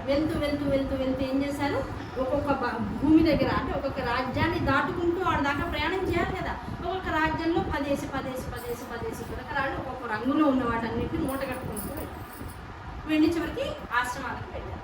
ఆశ్రమానికి వెళ్ళేటప్పుడు ఏమైంది, అప్పటికే అత్రి మహర్షి లోపల ఉన్నారు. ఆయన బయటికి వెళ్ళేదాకా ఉండాలని ఒక చోట పెయింట్ కూడా చేశారు. ఈయన బయటికి వెళ్తే తప్ప లోపలికి వెళ్ళరు. ఆయన ఉంటే ఇవన్నీ కుదరవు, ఇలాంటి వేషాలు కుదరవు. ఆయన అత్రి మహర్షి బయటికి వెళ్ళేదాకా ఆగి ఆయన పూర్తిగా వెళ్ళాడు. ఈవిడ మళ్ళీ గృహోపచారంలో పడింది అనుభవం, కానీ అప్పుడు వెళ్ళి తలుపుతాడు. అమ్మ నేను నారదుల వారిని వచ్చాను. అబ్బో నారదుల మహర్షి మా ఇంటికి వచ్చారా? వెంటనే ఆనందపడిపోయింది. భక్తి పాదాలకు వెంటనే నమస్కారం చేసింది. అయ్యా నారదుల వారు వచ్చారు, ఆయనకి ఉచితమైనటువంటి ఆసనాన్ని ఇచ్చి ఆయనకి శుశ్రూష చేసి మీ తరఫున వారికి ఏం కావాలో కనుక్కుని వడ్డిస్తాను అని ఆయనకి చెప్పుకుని, ఏదైనా సరే ఇంట్లో భర్త ఉన్నా లేకపోతే ఇప్పుడు మనకి ఇంకా వీలు చేతిలో ఏముంది, వెంటనే వాట్సాప్, అదర్వైజ్ కాల్, లేదు వీడియో కాల్. ఎస్ఆర్ను అయినా సరే మనం కానీ సహకారం వస్తారుగా చెప్తాం. అదే అనవసరమైన విషయం ఉంది. ఏమంటే ఫలానా చోట ఏదో పార్టీ ఇవాళ వెళ్ళాలంటే అర్జెంటుగా అంటే వెళ్ళిపోతాం. చీరలు 50% డిస్కౌంట్, అది మాత్రం మమ్మల్ని చెప్తాం. ఇలాంటి విషయాలు జాగ్రత్తనే. మనం ఇప్పుడున్నటువంటి మహిళల యొక్క మానసిక స్థితిగతి లాగి ఉంది. అసలు చెప్పవలసిన వాటిని చెప్పట్లా, ఏది అక్కర్లేదో అది ఎప్పుడు చెప్తుంది. దాని నుంచి బయటికి రావాలి, అంత ఇంపార్టెంట్ కదా. మనం మారితే లోకం ఎప్పుడు సుభిక్షంగా ఉంటుంది. మా స్త్రీ మారితే లోకం ఎప్పుడు, స్త్రీలో తేడాలు వస్తున్నాయి. మనస్సు పరంగా, ఆలోచన పరంగా, వివిధమైనటువంటి గుణపరాలుగా తేడాలు వస్తున్నాయంటేనే క్షామం అనేటువంటి. అది ఏ క్షామమైనా కావచ్చు. ఇప్పుడు తినడానికి బాగా దొరుకుతున్నాయి, ఏం తినకూడదో ఇంకా ఎక్కువ దొరుకుతుంది, అది కూడా ఒక క్షామం. అటువంటి క్షామాలు లేకుండా పిల్లలు హాయిగా ఇంట్లో ఉండి తినాలి అనేటువంటి స్థితి రావాలంటే మనం మారాలి అంటే ఈ కథలు చాలా అవసరం. వెంటనే భర్తకు నమస్కరించుకుంది, బయటకు వచ్చింది. స్వామి కాళ్ళు కడుక్కోండి, మీకు మంచిని తాగడానికి ఇస్తాను, ఎంత దూరం నుంచి నడుచుకుంటూ వచ్చారు అని ఆయనకి చక్కగా వింజామర్లు ఇచ్చి సకలమైన ఉపచారాలు చేసి, చెప్పండి స్వామి మీకు ఏం చేసి పెట్టమంటారు అంటే, అమ్మ నేను బాగా ఆకలి మీద ఉన్నాను తల్లి. అయ్యా నా భర్త వస్తున్నారు, ఒక గంట ఇలాగే హాయిగా కూర్చోండి, లేకపోతే నేను వంట చేస్తాను. ఆయన రాగానే ఇద్దరికి గంట వడ్డిస్తాను. ఆయన అన్నాడు, అమ్మ నువ్వు వంట చేసేదాకా నాకు ఆకలి బాగా దంచేసుకో, నీ భర్త వచ్చాక భోజనం చేస్తావు, సెకండరీ మ్యాటర్. ఈ లోపల నాకు కొన్ని అల్పాహారంగా కావాలి. అంటే ఏం కావాలి స్వామి చెప్పండి. ఇగో నేను కొన్ని గుగ్గిళ్ళు తెచ్చుకున్నాను. గుగ్గిళ్ళు అంటే శనగలు, గుగ్గిళ్ళు గట్టిగా ఉన్నటువంటి శనగలు. ఆ శనగలు తెచ్చుకున్నా, గుగ్గిళ్ళు తెచ్చా. ఆయన ఏం తెచ్చాడో చెప్పలా, గుగ్గిళ్ళు తెచ్చుకున్నా. వీటిని కాస పచన స్థితికి తీసుకొచ్చి నాకు పట్టించు. సరేనంటే ఇవ్వండి అని. ఇవ్వండి ఒక గోడు సంచి నిండా పక్కన దాన్ని పెట్టుకున్న జోలి నిండా మొత్తం గులకరాళ్ళ నిండా ఆ గులకరాళ్ళని ఇచ్చారు. అమ్మ ఇందులో ఒక్క రంగుతో ఉన్నటువంటి గుగ్గిళ్ళు ఒక్కొక్క 10 ఉన్నాయి. ఈ 10 కూడా ఆ రంగుకి తగ్గట్లుగా సువాసన భరితంగా, రుచిలో వైవిధ్యంగా, రుచికరంగా నేను ఇప్పటిదాకా తినలేనంత స్థితిలోకి నన్ను తీసుకొని ఆనందపరచాలని ఇష్టం అని చెప్పేసి దానిలో మంచిగా ఎండుమిరపకాయలు, జీలకర్ర, ఆవాలు, కొన్ని మెంతుల పొడి ఇవన్నీ వేసి మంచిగా దట్టించేసి చేసే నీ ఇష్టం ఒక్కొక్కటి ఒక వెరైటీగా కావాలన్నాక నేను సరే స్వామి తప్పకుండా. మళ్ళీ ఆ గుడ్డుని తీసుకొని భర్త పాదాల దగ్గర పెట్టి నమస్కరించుకుంది. వెంటనే 4 రకాల గిన్నెలు ఏర్పాటు చేసుకుంది. ఒక్కొక్క రంగుతో ఉన్నటువంటి గులకరాన్ని ఒక్కొక్క గిన్నెలో పోసింది, నీళ్లు పోసింది, ఉడికిస్తోంది. ఆ ఉడికించడం వెంటనే ఇక్కడ వాసన మొదలైంది. ఎలాంటి వాసనలు అసలు ఇప్పటిదాకా ఇలాంటి పదార్థాల వాసన ఆయన ఎప్పుడు చూడలేదు. పైగా మహర్షి ఎప్పుడు నారాయణ నామ ధ్యానంలో ఎక్కడికో వెళ్తూ ఉంటాడు. ఏ పంటో ఫలము వస్తే తినేవాడే తప్ప ప్రత్యేకంగా వండించుకుని తినేటువంటి అలవాట్లు లేనటువంటి వాడు కదా. అటువంటి వాడికి వాసన ఎంత బాగున్నాయంట, బా నిజంగానే ఆకలిస్తుంది. ఇప్పుడు అబద్ధం వాడాడు, ఇప్పుడు నిజంగానే ఆకలిస్తుంది. ఎందుకంటే సతీ అనసూయ యొక్క గొప్పతనం ఎలాంటిదంటే నిజంగా అబద్ధం ఆడినవాడు తన దగ్గరకు వచ్చినా తాను ఆడిన అబద్ధం నిజమయ్యేటువంటి స్థితి ఆవిడ, నిజం చేయగలిగేటువంటి స్థితి ఆవిడ. లోపల ఆకలి ఇంకెప్పుడెప్పుడు పెడుతుందా అని చూస్తున్నాడు. ఆయన మనసుకి తెలుసుకునేటువంటిదిగా 4 పదార్థాలు 4 రకాల ప్లేట్లలో చక్కగా దండిగా తీసుకొచ్చి కూడా వేడివేడిగా పొగలుగా ఒక్కో పదార్థాన్ని నోట్లో వేసుకుంటుంటే ఆహా అసలు నారాయణ స్మరణ ఇన్నాళ్ళు ఎంత బాగుంటుంది అనుకున్నాను. ఆ నారాయణ స్మరణ ఎంత బాగుంటుందో అంత బాగున్నాయి అమ్మాయి గుగ్గిళ్ళు అనుకుంటూ ప్రతి గుగ్గిళ్ళు తినేసి అలా తినేటప్పుడు ఏమైపోయింది, ఎంత ఆనందం అంటే ఇంకా అమృతాన్ని వదలలేకపోతున్నాడు. వెంటనే మనసులో ఒక ఆలోచన వచ్చింది, నారదుడు కదా ఈ గుగ్గిళ్ళని మళ్ళీ సగం తిన్నాక ఓ 2-3 గుంపులు అన్ని కలిపి ముందు పక్కన పెట్టినాడు. ఓ మూట కట్టేశాడు. అమ్మ చిన్న పని వచ్చింది, మీ ఆతిథ్యం మరువలేనిది. అత్రి మహర్షి చెప్పు మళ్ళీ వస్తానని చెప్పి నాకు వెంటనే చాలా ఇంపార్టెంట్ పనులు, నేను వెళ్ళొస్తాను. వెంటనే ఆకాశ మార్గాన్ని మళ్ళీ పరిగెత్తాడు. ఎక్కడికి వెళ్ళాడు? ఇప్పుడు కైలాసానికి వెళ్ళాడు. ఆయనకి ఆరాటంగా ఉంది, ఏదో మాట్లాడేసేయాలి, ఏదో చేసేయాలి. లోపల ఉన్నటువంటి ఆ జ్ఞానము వెంటబడుతుంది. పరిగెత్తు ఇది ఇలా చేస్తే కాలము ఈ స్వరూపాన్ని పొందుతూ ఉంటుంది. ఆ కాలము ఆయనలో భవిష్యత్తును తెలపదు, కానీ భవిష్యత్తులో ఈయన ఏది చేస్తే అది జగత్తుకంతటి కళ్యాణకారకము అటువంటి చోటికి తీసుకువెళ్ళిపోతూ ఉంటుంది. అటువంటి స్థితి కలిగినటువంటి వాడు నారదుడు. వెంటనే పరిగెత్తాడు, కైలాసానికి వెళ్ళాడు. ఆ వెళ్ళినప్పుడు నాకు already some kitty party is going on. Parvatidevi, Saraswatidevi, Lakshmidevi ముగ్గురు ఒక చోటికి చేరారు. చక్కగా ఏదో తాగుతున్నారు, ఎదురుకుండా చక్కగా పలహారాలు ఉన్నాయి, తింటున్నారు. They are enjoying themselves. వెళ్తుంటే అమ్మ రావచ్చా అని అడిగిన ఆడవాళ్ళు ఉన్న చోటికి మగవాళ్ళు చెప్పకుండా వెళ్ళడానికి అవకాశం లేదు. నన్ను ఎంత మహర్షి అయినా కూడా వెళ్ళడానికి అవకాశం. అమ్మ నన్ను రానివ్వండి అన్నారు. నారద ఒక విషయం ఆగమయ్యా, ఏదో ప్రైవసీ కోసం మేము ఏదో మాట్లాడుకుంటున్నాం, మాకంటూ కొన్ని ఉంటాయి కదా విషయాలు. ఆగ లేదమ్మా ఇది చాలా ఇంపార్టెంట్, మీ మధ్యలో ఇప్పుడు నేను వస్తే మీ మాటకి ఇంకా విలువ పెరిగిపోతుంది, నేను వస్తానండి. అయితే కానీ అయిపోతుంది విషయం చెప్తాను, వెళ్ళిపోతాడు. ఇక్కడ ఏం కూర్చుండిపోడు కదా అని రానిచ్చి రాజు అమ్మ ముందు ఇవి తినండి అన్నాడు. మొత్తం ప్లేట్లలో తను తెచ్చినటువంటి గుగ్గిళ్ళన్నీ కూడా పరిచి అమ్మ తినండి అన్నాడు. వాళ్ళు ఒక్కొక్కటి నోట్ ఆహా ఎక్కడి నుంచి తెచ్చవున్నారు, ఏ లోకంలో దొరికాయి నీకు అన్నీ? అమ్మ భూలోకంలో భూలోకంలోనా ఇంత రుచికరమైన పదార్థాలు ఎవరిచ్చారు? అమ్మ మీకేం తెలుసు, అసలు అత్రి మహర్షి భార్య ఉంది తల్లి, ఆవిడ మహాపాతివ్రత్యాన్ని అనుసరిస్తూ ఉంటుందట. ఆవిడ వ్రతమే పాతివ్రత్య వ్రతం అంట. ఆవిడ దగ్గర నుంచి విని తెలుసుకుని రాళ్ళు గులకరాళ్ళు తీసుకొని బండరాళ్ళు తీసుకొని వెళ్ళి గుగ్గిళ్ళు చేసి పెట్టమంటే చేసిన పదార్థాలు తల్లి. అంటే ఓ మళ్ళీ గులకరాళ్ళ ఏం మాట్లాడుతున్నావు నారదా అన్న. నిజం తల్లి ఆవిడ పాతివ్రత్యం మామూలుగా లేదు, అలాగే ఉందా అన్నాడు. అంటే ఏంటి చెప్పకుండా వదిలేసేసి మీ మహిమలు ఏమైపోతాయో మీరేమైపోతారో అంత మహిమలు ఉన్నటువంటి అనసూయాదేవి భూలోకంలో ఉంది, ఇంకెక్కడో కాదు, ఇంకో లోకాల్లో కాదు. మరి జాగ్రత్త పడండి అన్నట్టుగా చెప్పినట్టు వీళ్ళ ముగ్గురికి అసలే ఇక్కడ హాట్ టాపిక్ జరుగుతుంది. ఇంకాస్త వేవ్ లెంత్ పెరిగింది హాట్కి. ఇంకేం చేద్దాం, ఇప్పుడు ఏం చేద్దాం? వెంటనే ముగ్గురికి వాట్సాప్ మెసేజెస్ వెళ్ళిపోయి కమ్ ఫాస్ట్, వెరీ అర్జెంట్. ఎవరికి? బ్రహ్మ విష్ణు మహేశ్వర్ ముగ్గురు వితిన్ మినిట్స్లో దే ఎంటర్డ్. అయ్యా మాకు ఇప్పుడు అర్జెంటుగా ఒకరిని పరీక్షించాలి, మేము చెప్పినట్లు చేయండి, మీ బుద్ధులు వాడొద్దని. ఏం చేయాలి చెప్పండి. వెళ్ళండి, కింద ఫలానా భూలోకంలో పిన్ కోడ్ నెంబర్ ఫలానా ఈ సెంటర్లో ఫలానా ఇల్లు ఫలానా ఆశ్రమం ఉంది, అత్రి మహర్షి ఆశ్రమం అంట అనగానే విష్ణుమూర్తి గారు వెంటనే అయ్యో అత్రి మహర్షి అని మళ్ళీ వాళ్ళ ఆవిడ చూడగా ఏం మేము చెప్పినట్టు చేయండి అన్నారు. సరే చెప్పండి అన్నారు. వెళ్ళండి ఆశ్రమానికి వెళ్ళండి. అత్రి మహర్షి ఇంకొక 3-4 గంటల దాకా రారట. ఆయన చాలా స్పెషల్ పని మీద బయటికి వెళ్ళారు. వెళ్ళండి గబగబా వెళ్ళండి, వెళ్ళి ఆవిడతో వంట వండించుకోండి, తర్వాత విషయం మేము చెప్తాం అని విషయాలు చెప్పారు. పంపించేశారు గబగబా. వీళ్ళు మాత్రం ఇక్కడ నుంచి చూస్తున్నారు టీవీలో వాట్ ఏమవుతుంది ఏం కాదు అనేది చూస్తున్నారు. 3 కిందకి వెళ్ళారు.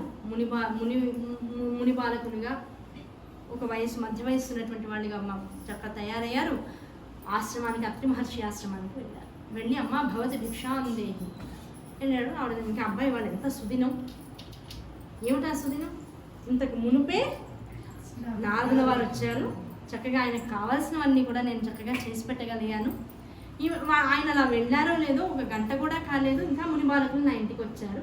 ఇవాళ రోజంతా ఇలా అన్నాన్ని చక్కగా 10 మందికి పెట్టుకునేటువంటి అవకాశం నా భర్త సాంగత్యం వల్ల నాకు కలిగింది, అంత అదృష్టవంతురాలని అనుకుంటూ వెంటనే బయటకు వచ్చింది. ముని బాలకులు 3 ఉన్నారు, నమస్కారం చేసింది, వాళ్ళ కాళ్ళ కడుక్కోవడానికి నీళ్లు అవన్నీ చూపించింది. 3 లోపలికి రమ్మంది, చక్కగా చల్లగా వాళ్ళకు ఇవ్వాల్సిన పానీయాలు ఇచ్చింది.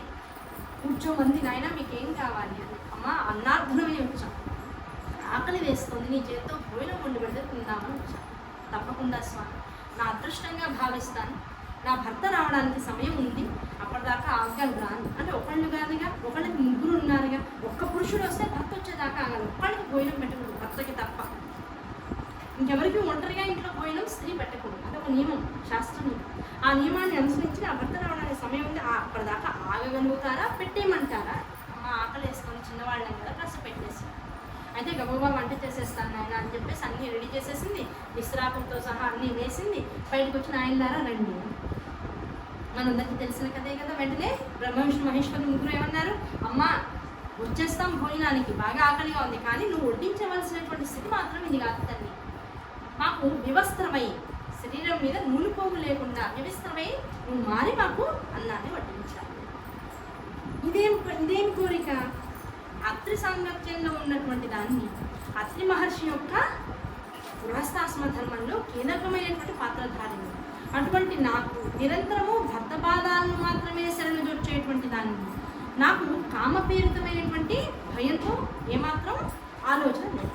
వీళ్ళు ఏదో నన్ను ఏదో చేసేస్తారేమో, వీళ్ళు ఇలా అడిగారేమిటి, వీళ్ళ వల్ల నాకు ఏమైనా కష్టం వస్తుందా, భయం వస్తుందా, బాధ వస్తుందా, ఇవన్నీ ఆలోచన చేస్తే నాది కాదు.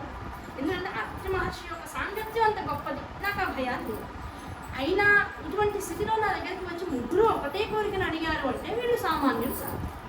ఇంత ధైర్యంగా నా దగ్గరికి వచ్చి ఈ కోరికను అడిగారు అంటే వీళ్ళు సామాన్యులు కాదు. కనుక నా భక్త యందు నాకు ప్రతిదానికి ఇదే మాట, అన్నిసార్లు అనుకోవాలి, ప్రతి వాళ్ళము అనసూయాదేవిలా మారాలి, ప్రతి వాళ్ళ సుమతిదేవిలా మారాలి.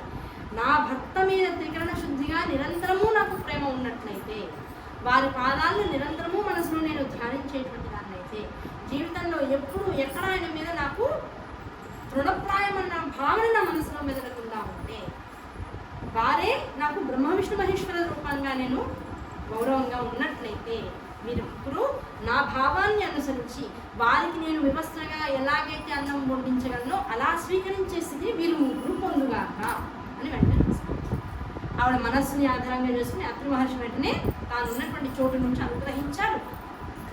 ఈ 3 పిల్లలు, 3 యువకులు కూడా చంటి పిల్లలు అయిపోయారు. ఆ చంటి పిల్లలు వాళ్ళు ఉన్నటువంటి స్థితిలోనే అక్కడ కూర్చోబెట్టినటువంటి ఆసనాల్లోనే చంటి పిల్లలుగా అయిపోయి ఇంకేడవడం మొదలెట్టారు. ఆ ఏడుస్తున్నటువంటి పిల్లల్ని చూసడానికి ఏమైంది, తల్లిగా మారాలి కదా. వెంటనే ఇప్పుడు స్తన్యం వెంటనే పాలతో నిండిపోయింది. పాలతో మొత్తం 3 కూడా చక్కగా పాలు ఎక్కి తగ్గి పాలు, ఎలాంటి పాలు అంటే 16 ధారలుగా స్తన్యం నుంచి రాశీభూతంగా పాలు బయటికి వచ్చాయి. ఆ పాలను నిజంగా పిల్లల 3 కూడా ఆనందంగా పట్టించి 3 ఉయ్యాలు తన భావన మాత్రం చేత ఏర్పాటు చేసి ఆ 3 ఆ ఉయ్యాలలో పడుకోబెట్టి శుభ్రంగా ఈ జరుగుతున్నటువంటి కథనంతా కూడా పద్యాల రూపంలో పాడుతూ ఆనందాన్ని అనుభవిస్తూ మొత్తం త్రిమూర్తుల యొక్క చరాచర జగత్తునంతటి కూడా వివరిస్తూ చక్కగా ఆనందాన్ని అనుభవిస్తుంది.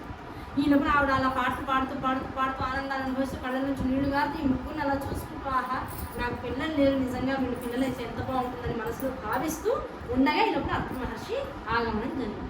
భక్త రాగానే ఇంకా ఆనందం, స్వామి స్వామి అంది. ఆవిడేం చెప్పక్కర్లే, అన్నీ తెలిసిపోతాయి.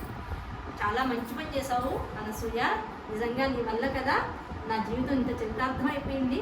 త్రిమూర్తులు భావన కూడా లొంగనటువంటి వాళ్ళు, అలాంటి వాళ్ళను ఉయ్యాల్లో వేసి నీ స్తన్యం ఇచ్చి పడుకోబెట్టి ఇంత లాలిపాట పాడగలుగుతున్నావు. నిజంగా ఎంత అదృష్టవంతురాలవి, నిజంగా నీలా పుట్టినందుకు నేను చాలా బాధిస్తున్నాను మొదటిసారి అని. ఆ తల్లి యొక్క గొప్పతనం అలాంటిది. ఆ గొప్పతనాన్ని తెలియజేయడానికి అత్రి మహర్షి కూడా అంతటి మాట మాట్లాడడానికి ఈ లోపల ఊరుతున్నారు హాయిగా. వాళ్ళతో పాటు జీవన కార్యం వెళ్ళిపోతుంది. ఆహా, వాళ్ళు కేరింతలు కొడుతున్నారు. తల్లి స్తన్యాన్ని తాగిన వాడు తల్లి వదిలి దూరం వెళ్ళగలడా? ఇంక ఈ ముగ్గురు అమ్మ అమ్మ అనుకుంటూ ఆవిడ వరకానే తిరుగుతున్నారు. నాన్న నాన్న అంటే ఇక దండకమన్నాన్ని పట్టుకుంటున్నారు. వాళ్ళు తపస్సు చేసుకుంటుంటే వచ్చి మధ్యలో మీదకి ఎక్కుతున్నారు, హాయి కింద దిగుతున్నారు. వీళ్ళకి బాగుంది. ఇన్నాళ్ళు వాళ్ళని డిస్టర్బ్ చేసేవాళ్ళు ఎవరు లేరు. వాళ్ళిద్దరే ఏదో ఆయన ఆ మూల ఇవిడ ఈ మూల అన్నట్టు ఆమె తపస్సులు వాళ్ళు చేస్తున్నారు. ఇప్పుడు అయితే బ్రహ్మగడ్డం మేక లేకపోతే విష్ణువు వచ్చి పంచలాగా, ఈరోజు శివుడు వచ్చేసి ఆ మంటలో తాను కూడా చూసి ఆ మంటను పెద్దది చేయాలి, ఈవిడ వచ్చి ఎవరో తక్కువ చేసుకుని ఈ మనం సరిపోతుంది. బాగుంది. మీరు చూస్తున్నారు ముగ్గురు భార్యల పై నుంచి, అయ్యో ఇంకా రారు ఇక్కడే ఉండిపోతారా వీళ్ళు, ఇంకా రారా మన దగ్గరికి, ఇంతేనా ఇంకా ఈ పిల్లల్ని ఇలాగే ఉంచేసుకుంటారా వీళ్ళని భయం పుట్టినప్పటికీ ఇప్పుడు నారదుల వారిని మళ్ళీ మనసుతో రప్పించుకున్నారు. అయ్యా ఏం చేద్దాం అమ్మ, ఇలాగే వదిలేస్తే ఇంకా అయిపోయిందమ్మా, మీ ముగ్గురు వాళ్ళ ముగ్గురిని మర్చిపోవాల్సిందే అన్నారు. లేదు మహర్షి పదండి ఒకసారి వెళ్దాం, అత్రి ఆశ్రమానికి వెళ్దాం, అనసూయని కలిసి వద్దాం, లేకపోతే మొత్తం ముల్లోకాలు కూడా అతలాపుతలం అయిపోతాయి వీళ్ళ ముగ్గురు, లేకపోతే పదండి అన్నారు. సరే పదండి. వెళ్ళి అనసూయాదేవి దగ్గరికి వెళ్ళారు. అనసూయాదేవి దగ్గరికి ఎంత వీళ్ళ ముగ్గురు అంటే వేషాలు మార్చుకుని వచ్చామనుకున్నారు, కానీ వాళ్ళ ముగ్గురు యథాతథంగా వచ్చారు. కానీ అత్రి అనసూయల ఆశ్రమాల దగ్గరకు వచ్చేటకల్లా ప్రతి వాళ్ళు వాళ్ళ ఆశ్రమ ధర్మాన్ని అనుసరించినట్లుగా వేషభాషలు మారిపోతాయట. వాళ్ళు బ్రహ్మగారులానే చేతిలో కమండలాన్ని, మొత్తం రుద్రాక్షమాలని, మొత్తం పద్మాన్ని అన్ని పట్టుకుని వేదాన్ని పట్టుకుని అలాగే వచ్చాడు. ఆయన వేషం మార్చుకోవాలా. విష్ణుమూర్తి గారు కూడా అలాగే మొత్తం శంకు చక్రాలతో గదతో అలాగే వచ్చాట. ఆయన వేషం మార్చుకోవాలా. రుద్రుడు అలాగే చేతిలో మొత్తం శూలాన్ని పట్టుకుని, మెళ్ళో గంగా తల్లో జటాన్ని పట్టుకుని, గంగాధారి మెళ్ళో వాసుని కట్టుకుని ఇలాగే వచ్చేసాడు. కానీ అత్రి అనసూయల ఆశ్రమం వచ్చేప్పుడు కూడా వారు ఎటువంటి జీవన విధానాన్ని అనుసరిస్తున్నారో దానికి తగ్గట్లుగా త్రిమూర్తులు ముగ్గురు మారిపోయారు. వాళ్ళు కావాలని వేషాలు మార్చుకున్నారు. అలాగే లక్ష్మి, పార్వతి, సరస్వతి వీళ్ళ ముగ్గురు కూడా మంచి ఆభరణాలతో వచ్చారు. వచ్చిన వాళ్ళు కూడా ఇక్కడికి వచ్చేటప్పుడు ఏమైంది, నారబట్టలతో అనసూయాదేవి ఎలా ఉంటుందో అలా మారిపోయారు. వీళ్ళు అమ్మ అని 2 సార్లు చనిపించడానికి తల్లి ఎవరు వచ్చారనుకుంటే గొప్ప బయటకు వచ్చారు. అమ్మ మేమెవరు గుర్తుపట్టావా అని. అమ్మ చెప్పండి అమ్మ ఎవరు మీరు? అమ్మ నేను లక్ష్మీదేవిని, ఇప్పుడు పార్వతీదేవి, ఆవిడ సరస్వతి. అమ్మో ముగ్గురు శ్రీమాతలు నా ఇంటికి వచ్చారా అని వెంటనే వాళ్ళకి అర్ఘ్యపాద్యాదులు ఇచ్చి వెంటనే కుంకుమ పూజలు చేసుకుని పాదాలకి తను చదువుకునేటువంటి మంత్రాలన్నింటినీ కూడా వాళ్ళ ముందు కూర్చొని ఒక్కొక్క అమ్మవారికి తగిన మంత్రాన్ని లక్ష్మీకరణ చేసుకుంటారు.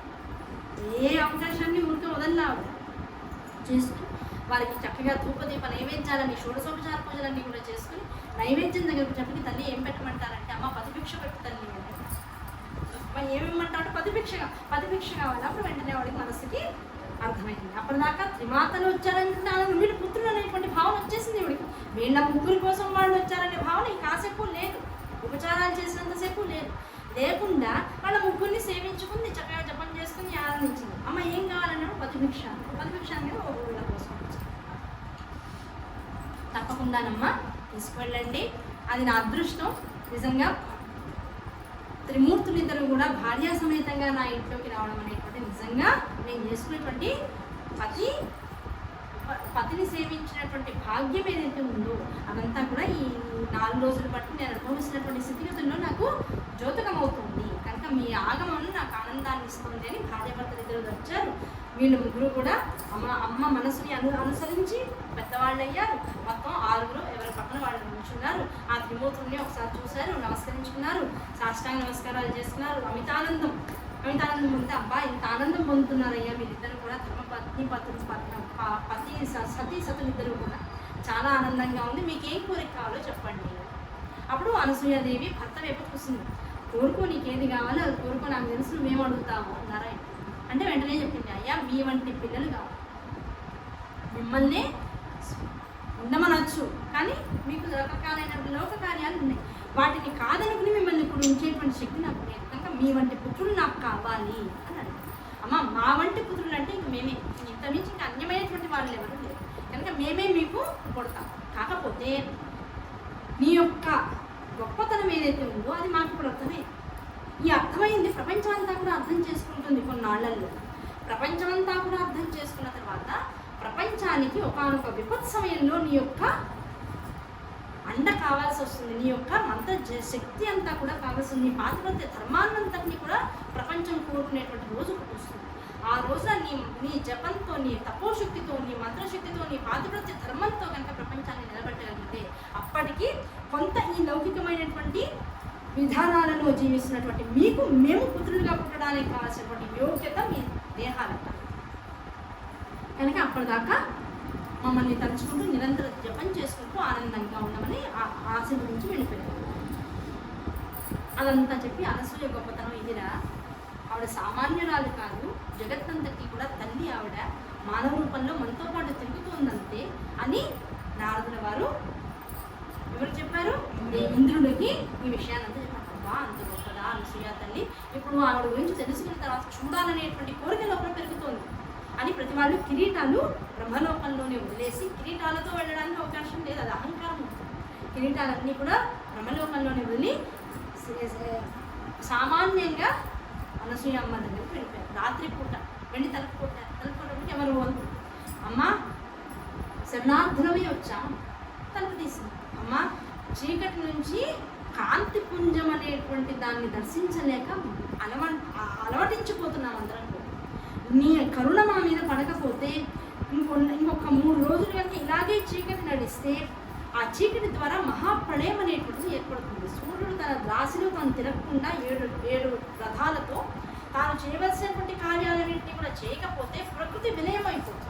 ఆ ప్రకృతి ఎప్పుడైతే విలయం అయిపోతుందో ప్రళయం అనేటువంటిది మొదలవుతుంది. కనుక ఆ ప్రళయము బ్రహ్మ విష్ణు మహేశ్వరులు ఎప్పటికైతే నిర్ధారించారో ఆ సమయానికి రాకుండా ముందే రావడం అనేటువంటిది చాలా ఘోరమైనటువంటి విపత్తు.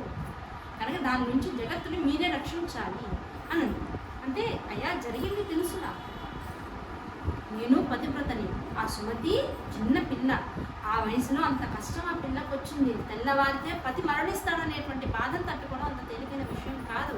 నేను ఆ అమ్మాయి మనసుని మార్చలేను, అమ్మ పర్వాలేదని చెప్పి మాత్రం సూర్యోదయాన్ని తేలేను. ఆవిడ భర్త సూర్యోదయం అయిపోతే మరణిస్తాడు, ఆ బాధను ఆవిడ తట్టుకోలేదు. మీరందరూ దేవతలు, మహర్షులు, మీకు తపోశక్తి చాలా ఉంటుంది. మీ శక్తితో మరణించినటువంటి ఆమె భర్తని తెల్లవారిన తర్వాత బతికించగలననేటువంటి ధైర్యం మీకు ఉంటే మీరు ఆ ప్రమాణం నాకు చేయగలిగితే చెప్పండి, అందరం కలిసి వెళ్దాం. ప్రతిసారి కుదరదు కానీ అమ్మ, కొన్ని విశేషమైనటువంటి పరిస్థితుల్లో మాకు ఆ శక్తి ఉంది, అర్హత ఉంది, ఒకళ్ళని మేము బతికించవచ్చు. కనుక ఆ బతికించగలిగేటువంటి శక్తిని మేము ఇవాళ వాడతాం మీ అనుమతితో, మీరు చేయమన్నారు కనుక మీరు పదండి, మీ వెనకాల మేమందరం కూడా వస్తాం, చేద్దాం. వెళ్ళారు. నెమ్మదిగా సుమతి ఇంటికి వెళ్ళారు. కౌశికుని యొక్క ఇంటికి వెళ్ళి తలుపు కొట్టారు. ఆవిడ ఏమీ మాట్లాడలేదు. ఎవరు వచ్చినా సరే తను చూస్తే దగ్ధమైపోతారా. ఈవిడ నెమ్మదిగా మాట మార్చి, అమ్మ సుమతి, నేను అనసూయను వచ్చానమ్మా, అనసూయ మాత వచ్చాను అనేటువంటి మాట వినగానే ఏమైంది, సుమతికి ఎక్కడ లేని ఆనందం. అమ్మ వచ్చిందని వెంటనే తలుపు తీసేసింది. ఆవిడ నాలింగనం చేసుకుంది, బోరుమని ఏడ్చింది. అమ్మ, నాకు ఇంత కష్టం వచ్చిందమ్మా. అమ్మ, ఎంత కష్టం వచ్చినా భూమండలాన్ని బాధ పెట్టగలిగేటంత శాపంగా మనం మారకూడదమ్మా, మన పాతివ్రత్యం కూడా అన్నది. అమ్మ, పాతివ్రత్యాన్ని తప్పుపడితే మరి మీరు చేసేది అదే వ్రతం, అదే పాతివ్రత్యాన్ని తప్పుపడితే బ్రహ్మ విష్ణు మహేశ్వరుల యొక్క భార్యలు చేసినటువంటిది అదే వ్రతం. మరి అది తప్పు, అది ప్రపంచాన్ని ఇబ్బంది పెడుతుంది అనుకుంటే ఆ ఇబ్బంది కలగకుండా ఉండడానికి పాతివ్రత్య ధర్మాన్ని వదిలేయాలా? అదా మీరు నాకు చెప్పేటువంటి నీతి అని వెంటనే అమ్మ వదిలేయమని చెప్పట్లేదు, దానికి కాస్త సులువైనటువంటి ఉపాయాలు ఉన్నాయి కనుక అడగమని చెప్తున్నాను. నేను అడగమని చెప్పాలి అనసూయాదేవి. అమ్మ, ఇలా కోరుకో, నేను నీ భర్తను బతికిస్తాను. ఆల్రెడీ వాళ్ళకి చెప్పింది కదా. ఎవరు చెప్పింది? మహర్షులకి, దేవతలకి చెప్పింది. ఏం చెప్పింది? వాడు చచ్చిపోతాడు, తెల్లారితే ఆ భర్త చనిపోతాడు. ఆవిడ తట్టుకోలేదు. మీరందరూ బతికించాలని ముందే ప్రమాణం చేస్తుంది. అదే మాట ఇక్కడికి వచ్చి సుమతికి చెప్పచ్చు కదా ప్రశాంతిగా, మనం ఒప్పుకో, పని అయిపోతుంది, నీ భర్త చచ్చిపోతాడు, వీళ్ళందరూ బతికిస్తారు, నేను హామీ ఇస్తాను చెప్పచ్చు. కానీ ఇక్కడికి వచ్చి ఏం చెప్పింది?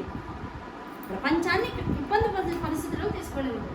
నీ భర్తని బతికించండి, అందులో ఉన్నటువంటి అమెండ్మెంట్స్ నన్ను అడుగు, నేను చెప్తాను. ఏదైనా అడగందే ఎంత మంచి మాట అయినా చెప్పడానికి అవకాశం. అవతల వాడు అడగాడు, కళ్ళ ముందు తెలిసి వాడు తప్పు చేస్తున్నాడని.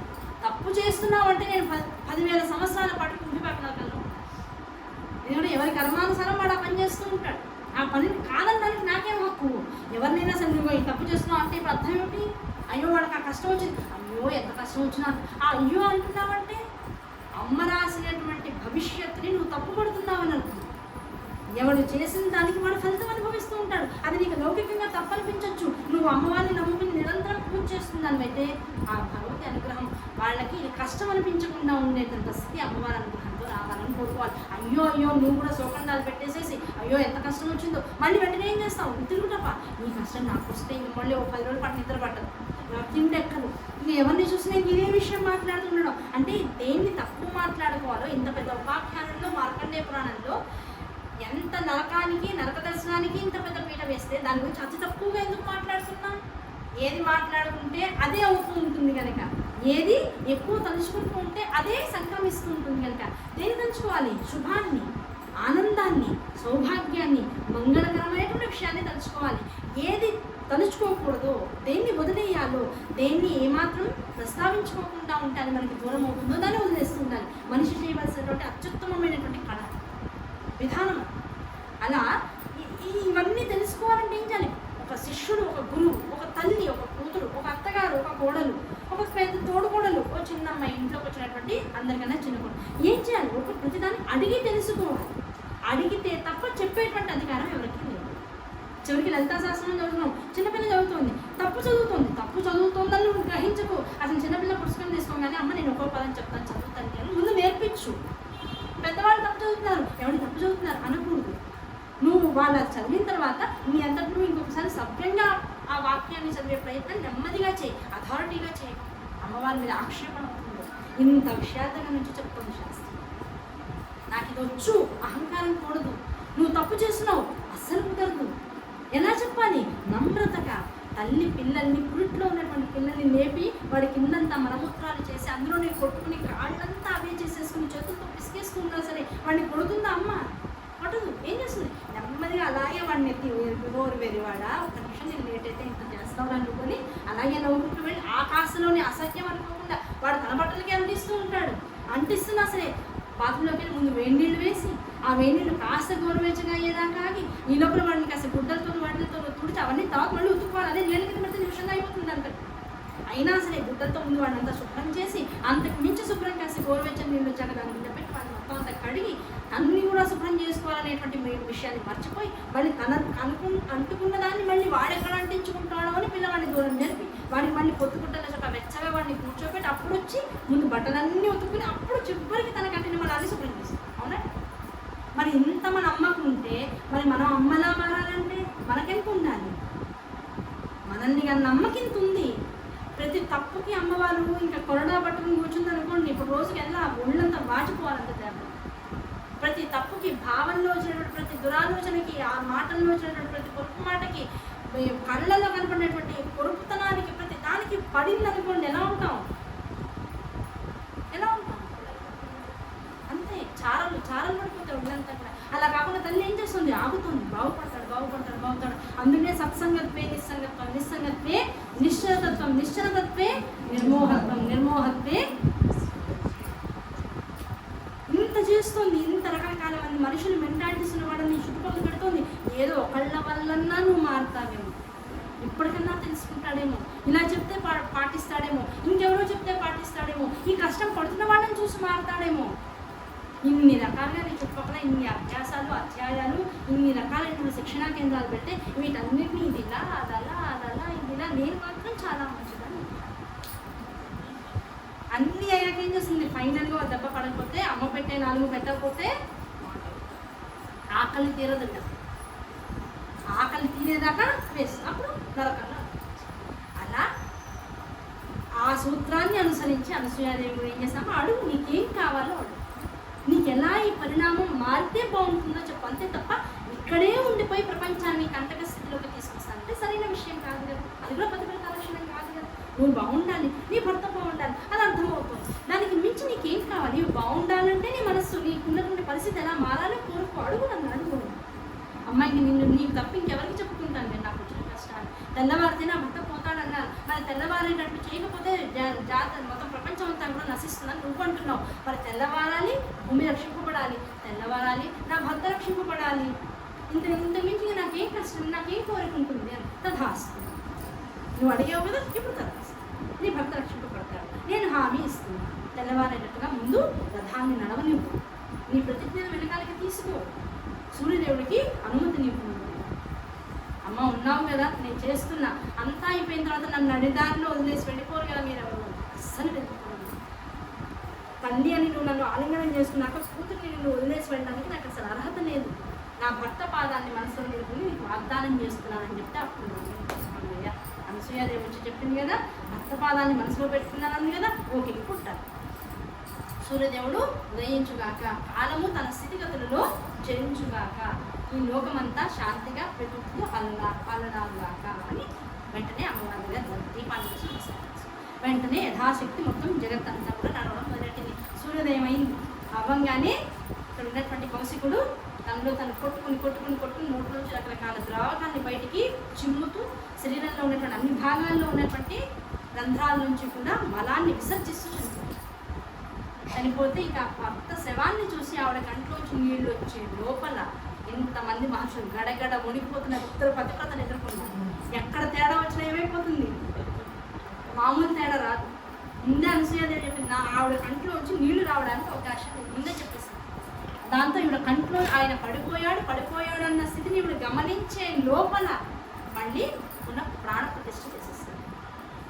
ఆ ప్రాణ ప్రతిష్ఠ చేస్తే ఇప్పుడు వచ్చినటువంటి వాడు ఈవిడ వెంటనే ఆ నమస్కారం చేసుకుని గిరుక్కుని తిరిగి అనసూయాదేవిని కౌలించేసుకుని అంతే గట్టి. ఇంకా ఏం జరుగుతుందో చూడడానికి ఇంకా ఆ సుమతికి భయం. చిన్నపిల్ల, 15 ఏళ్ల పిల్ల. ఆ 15 ఏళ్ల పిల్ల ఏం జరుగుతుందో చూసి దాన్ని గ్రహించే శక్తి కూడా ఇంకా అమ్మాయికి లేదు. వెంటనే ఆలింగనం చేసేస్తుంది అనసూయాదేవిని. వీపు తడుగుతూ ఉంది. లోపల సూర్యోదయం అయింది. అంతా చనిపోయాడు. ఇక్కడ ఉన్నటువంటి కౌశికుడు కింద పడిపోయాడు, గిరిగిరా కొట్టుకున్నాడు, చనిపోయాడు. అయిపోయింది. వీళ్ళందరూ ప్రాణ ప్రతిష్ఠ చేశారు. కొద్దిసేపు మొత్తం ప్రశాంతంగా సమయం గడిచింది. వెంటనే ఇంత కామ్గా ఉందేంటారా అని సముద్రదేవి వెంటనే అనసూయాదేవికి తల తిప్పి చూసింది. ఆవిడ ప్రసన్న వదనంతో నవ్వుతుంటే ఏం జరిగిందా అని భర్త వైపుకి ఇలా వెనకాల తిరిగి చూసింది. చూసేటప్పుడు ఏం కనబడింది, ఇది వరకు కన్నా శరీరము ఆరోగ్యవంతంగా, యవ్వనవంతుడుగా, ఎక్కడా కూడా అనారోగ్య ఛాయలు లేకుండా పూర్ణ ఆయుర్దాయంతో, పూర్ణమైనటువంటి ఆరోగ్యంతో, అధిగమించినటువంటి సౌందర్యంతో భర్త కౌశికుడు లేచేటప్పటికి వెంటనే భర్త పాదాల మీద పడింది. ఇంత దుర్గతి నా వల్ల మీకు కలిగింది. ముందు చెప్పిన మాట ఏమిటి, అసలు నేను బుట్టలో పెట్టుకుని నేను జాగ్రత్తగా చూస్తుంటే అసలు ఈ గోలంతా వచ్చింది, నా వల్ల మీరు ఇంత కష్టపడ్డారు, క్షమించండి అని పడేటప్పటికల్లా ఆయన కళ్ళ పాప మనసంతా కష్టపెట్టుకుంటూ అసలు నేను ఎంత కష్టపెట్టాను, నేను ఎన్ని పాప కర్మలు చేశాను, నా తల్లిదండ్రులను ఎంత కష్టపెట్టాను, నిన్ను ఎంత కష్టపెట్టాను, ఎంత మోసం చేశాను, ఇదంతా కూడా ప్రారంభం నేను అనుభవించాల్సిందే. అయినా నీ పాతివ్రత ధర్మంతో నా జీవితాన్ని కూడా బాగు చేశావు, నాకు పునర్జీవితాన్ని ఇచ్చావు, నీ వంటి భార్య దొరకడం నా అదృష్టం అని కౌశికుడు సుమతిని చెప్పి ఆలింగనం చేస్తాడు. మొత్తం అక్కడ ఉన్నటువంటి దేవతలు, మునులు, మహర్షులు, అనసూయామాత వీళ్ళందరూ కూడా మీ ఇద్దరు ఎప్పటికీ చిరకాలంలో ఎప్పటికీ ఇలాగే జీవించండి అన్యోన్యంగా. సుమతికి కానీ కౌశికుడికి కానీ ఆ యవ్వనం అనేటువంటి తప్పడానికి అవకాశం లేదు. ఇలా కొన్ని కల్పాలలో మీరు ఆనందంగా ఉండి వంశాభివృద్ధి చేసుకుని ధర్మంగా జీవితాన్ని గడుపుతూ చిరకాగోరింతంగా ఉండండి. ఈ కథ విన్న వాళ్ళకి తర్వాత ఫంక్షన్, ఈ కథ విన్న వాళ్ళకి కౌశిక సుమతి వృత్తాంతాలు తెలుసుకున్నటువంటి వారికి ఎక్కడా జీవితంలో కలిప్రవేశం జరగడానికి అవకాశం లేదు. ఎక్కడా కూడా భర్త వల్ల భార్య బాధపడడం కానీ, భార్య వల్ల భర్త బాధపడడం కానీ జరగడానికి అవకాశం లేదు. ఇది తథాస్తు జరిగి తీరుతుంది అనుగ్రహం.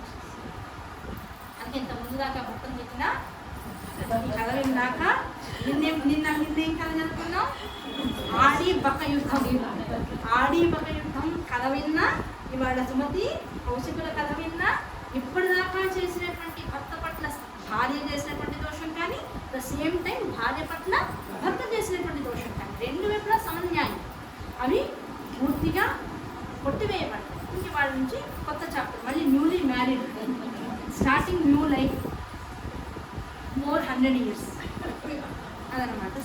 సో అటువంటి అవకాశాన్ని మనకు కల్పించినటువంటి మార్కండేయ పురాణానికి, ఆ మార్కండేయ పురాణాన్ని మనకు అనుగ్రహించినటువంటి మార్కండేయ మహర్షికి, ఆ మార్కండేయ మహర్షి అనుమతితో చెప్తున్నటువంటి జ్ఞానపక్షులకి, ఆ జ్ఞానపక్షుల ద్వారా ఇంత చరిత్రను మనకు అందిస్తున్నటువంటి జైమిని మహర్షికి, ఆ జైమిని మహర్షిలో అంతర్భాగంగా ఉన్నటువంటి కథానుసారంగా వచ్చినటువంటి జడోపాఖ్యానికి, ఆ జడోపాఖ్యానంతో ఆ తండ్రి ఇన్ని అడగకపోతే ఇన్ని విషయాలు బయటికి రావు కనుక ఆ తండ్రికి వీళ్ళందరికీ నమస్కరించుకుంటూ ముందుకు వెళ్తే ఇంత అద్భుతమైనటువంటి చరిత్రను నడిపినటువంటి అనసూయాదేవికి మొత్తం జగత్తంతా కూడా నమస్కరించగానే వెంటనే ముందు త్రిమూర్తులు అక్కడికి వచ్చేసారు. వెంటనే గుర్తు చేశారు, అమ్మ అనసూయ తల్లి సమయం ఆసన్నమైంది. దేనికి? చుట్టూ వాళ్ళందరూ అడిగారు దేనికి అంటే ఒకనొకప్పుడు మమ్మల్ని పిల్లలుగా మార్చి మేమే పిల్లలుగా కావాలని కోరుకున్నటువంటి అనసూయత. ఆవిడకి ఏం చెప్పాము మేము, అమ్మ ఒకనొక సందర్భంలో జగత్తంతా కూడా క్షామంలో పడుతుంది, ఒక రకమైనటువంటి ఇబ్బందులు పడుతుంది, ఆ ఇబ్బందులోని నుంచి జగత్తుని రక్షిస్తాము. అది వచ్చిన తర్వాత నీకు మమ్మల్ని కలగలిగేటువంటి యోగ్యత నీకు సంప్రాప్తింపబడుతుంది. ఆ సమయం ఆసన్నమైంది, లోకాన్ని రక్షించావు, ఇంకా అంతగా మించినటువంటి పుణ్యం ఇంకేమీ లేదు. కనుక ఆ లోకాన్ని రక్షించిన తీరుగా ఇప్పుడు మేము నీ గర్భవాసానికి వస్తాము అంటే అంతరార్థం ఏమిటి? ఇందులో అంత తత్వాన్ని తెలుసు. అంటే లోకంలో ఉన్నటువంటి వాళ్ళం ఈ శరీరము, ఈ మనస్సు, ఈ ఆలోచనలు, ఈ ఐశ్వర్యము మన సుఖం కోసం కాదు, ఎదుటివారి కోసం ఉపయోగపడాలి. మనకున్నటువంటి జ్ఞానం ఎదుటివారి కోసం నిస్వార్థంగా ఉపయోగపడాలి. నిస్వార్థంగా అనసూయాదేవిలో ఎలా చెప్పగలుగుతున్నారు అంటే ఆవిడకి సూర్యోదయం అయినా ఒకటే కాకపోయినా ఆవిడ ప్రశాంతం. అయ్యో నేను బాగుపడాలి అని ఆవిడేమో రాల, అయ్యో మా ఆయనకి సంధ్యావందనం అవ్వట్లేదు, ఆత్రి మహర్షి తలుచుకుంటే తనంతా తాను సూర్యుడు వదిలేస్తాడు. పతివ్రత అయినటువంటి సుమతికి ఆవిడ భావాలకి అంతటి విలువను ఇవ్వకపోతే మళ్ళీ ప్రపంచంలో పాతివృత్యం అనేటువంటిది నిలవగలిగే ఇద్దరు దానికి వంగి ఉన్నారు. ఆ విషయాన్ని జాగ్రత్తగా గమనించాలి.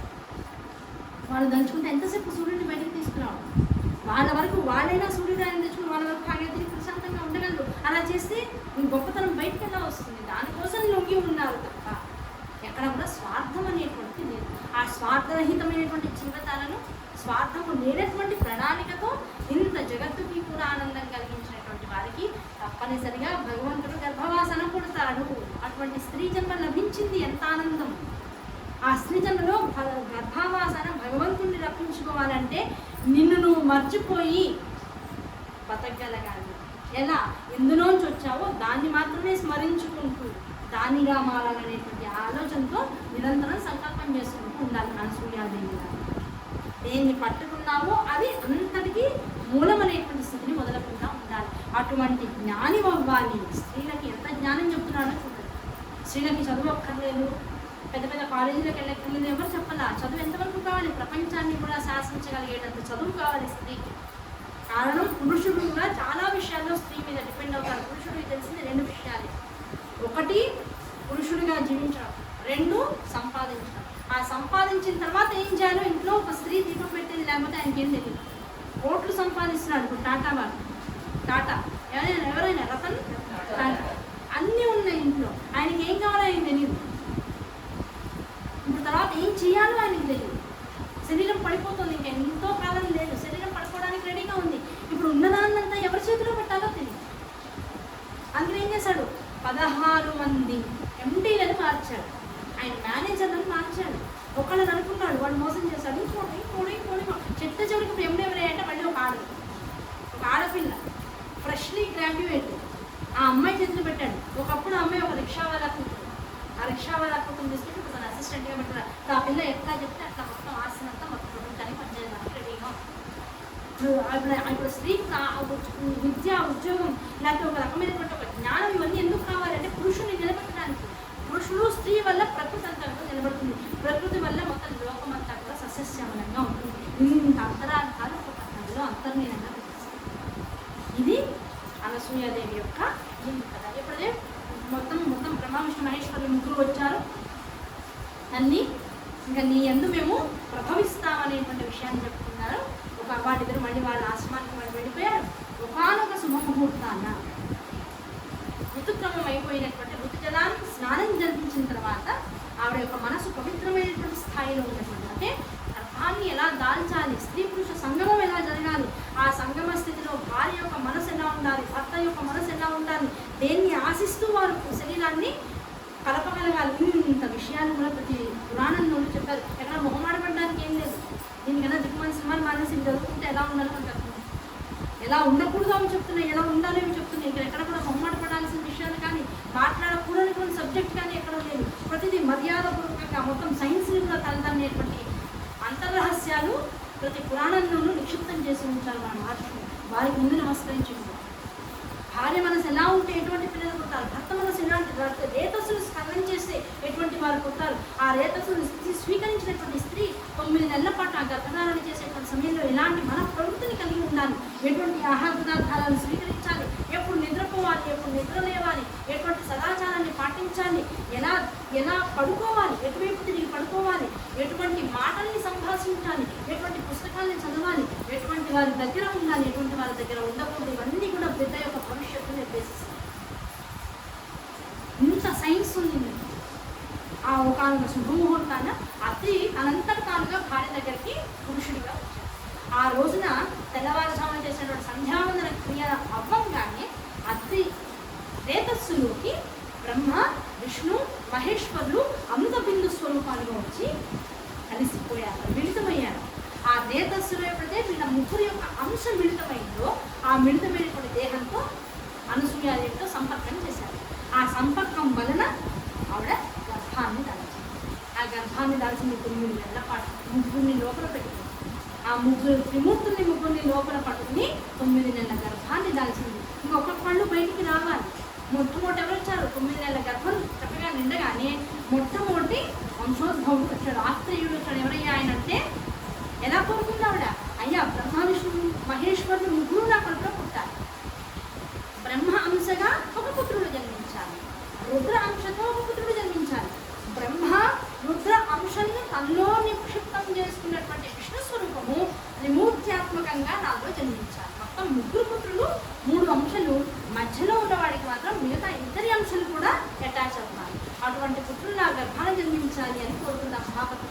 దాన్ని అనుసరించి 9 నెలలు నిండంగానే చక్కగా చంద్రుడు అనేటువంటి ఒక తెల్లటి ఆకారం కలిగినటువంటి వాడు, జగత్తుకంతా శ్రేయస్సుని కలిగించేటువంటి వాడు, ఆయన దర్శనాన్ని చేసినంత మాత్రం చేత మనలోని ఆది వ్యాధులన్నీ కూడా సమసిపోయేటంత ఔషధీకృతమైనటువంటి రూపాన్ని కలిగి ఉన్నటువంటి వాడు బయటకు వచ్చాడు. వెంటనే మనకి డౌట్ వస్తుంది, ఏమండి ఈ చంద్రుడు ఇక్కడి నుంచి వస్తే మరి ఒకనొక సందర్భంలో క్షీరసాగరంలోంచి వచ్చిన చంద్రుడు ఎవరు? మరి ఆ చంద్రుడు ఈ చంద్రుడు ఎవరైనా అంటే ఈయన పుట్టిన తర్వాత కొంతకాలం గడిచిన తర్వాత అగస్త్యుడి యొక్క కోపానికి అందరూ కూడా బలైనప్పుడు వీళ్ళందరూ క్షీరసాగరంలో తమ తమ దేహాన్ని నిక్షిప్తం చేసేసారు. జగత్తులోంచి వెళ్ళిపోమన్నారు.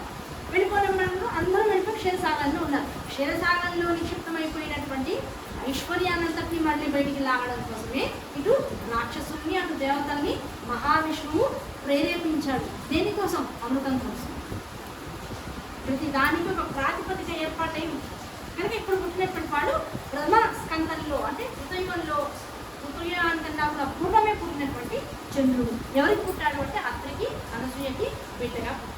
ఆ బిడ్డ బయటకు వచ్చాడు, చక్క ఆనందాన్ని కలిగిస్తున్నాడు. ప్రపంచమంతా వాడు పుట్టంగానే ఎక్కడెక్కడ వాళ్ళు ఇక్కడ అనసూయకి పిల్లవాడు పుట్టాడు అని తెలియచ్చు, తెలియకపోవచ్చు, కానీ ఆ మనస్సుకి ఆహ్లాదం అనేటువంటిది ప్రపంచంలో భూపటంలో ఉన్నటువంటి వాళ్ళందరికీ కూడా కలిగిందట. చంద్రుడిని చూసాక ఎంత బాగున్నాడో అని ఏ రూపంలో ఉన్నాడో ఎలా అనుకుంటామో అలా ప్రతి వాళ్ళ మనసు, నాకు తెలియకపోవచ్చు అనసూయ, ఎలా తెలియకపోవచ్చు చంద్రుడు, కానీ నాకు తెలియకుండానే నా ఇంట్లో రోజు ఏదో ఒక గొడవలు విసుగులు ఉన్నటువంటి నా ఇంట్లో ఆయన పుట్టంగానే నాకు ఇక్కడ ఆహ్లాదంగా ఉంది, నేను కూడా ఆనందంగా ఉన్నాను. అటువంటి స్థితిగతులు ప్రపంచానికి అందరికీ కూడా అందించాడు చంద్రుడు. ఆ చంద్రుడి యొక్క జననం జరిగింది. ముగ్గురు ఒకేసారి బయటికి రాలా, ఎందుకంటే భిన్నమైనటువంటి తత్వాలు, రజోగుణం, తమోగుణం, సప్త రజ తమో గుణాలతో కూడినటువంటి ఏకరూపం. ముగ్గురు రావాలి బయటికి.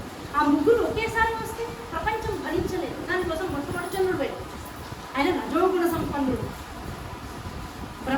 బ్రహ్మావతారాన్ని పెట్టుకుని ఆ తత్వాన్ని పెట్టుకుని చంద్రుడు బయట. మళ్ళీ 3 రోజుల గర్భం లోపల అలాగే ఉంది.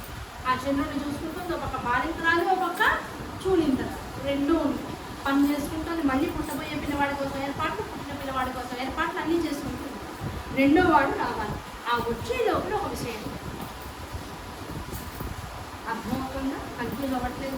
ఎక్కడైనా కన్ఫ్యూజన్ అనిపిస్తే వెంటనే ఈ రెండో వాడు రావాలి లోపల నుంచి. ఆ రెండో వాడు వచ్చే లోపల ఒకనొక సందర్భంలో అత్రి మహర్షి బయటికి వెళ్ళారు. ఆయన రోజు తన నిత్య విధులన్నీ చేసుకున్న తర్వాత బయటికి వెళ్ళి రకరకాల తను చేసుకునేటువంటి విషయాలన్నీ చేసి మళ్ళీ ఇంటికి వస్తూ ఉంటాడు. ఆయన పురుషుడు ఎంత బయటికి వెళ్తూ ఉంటాడు, ఇబ్బంది ఏమిటి.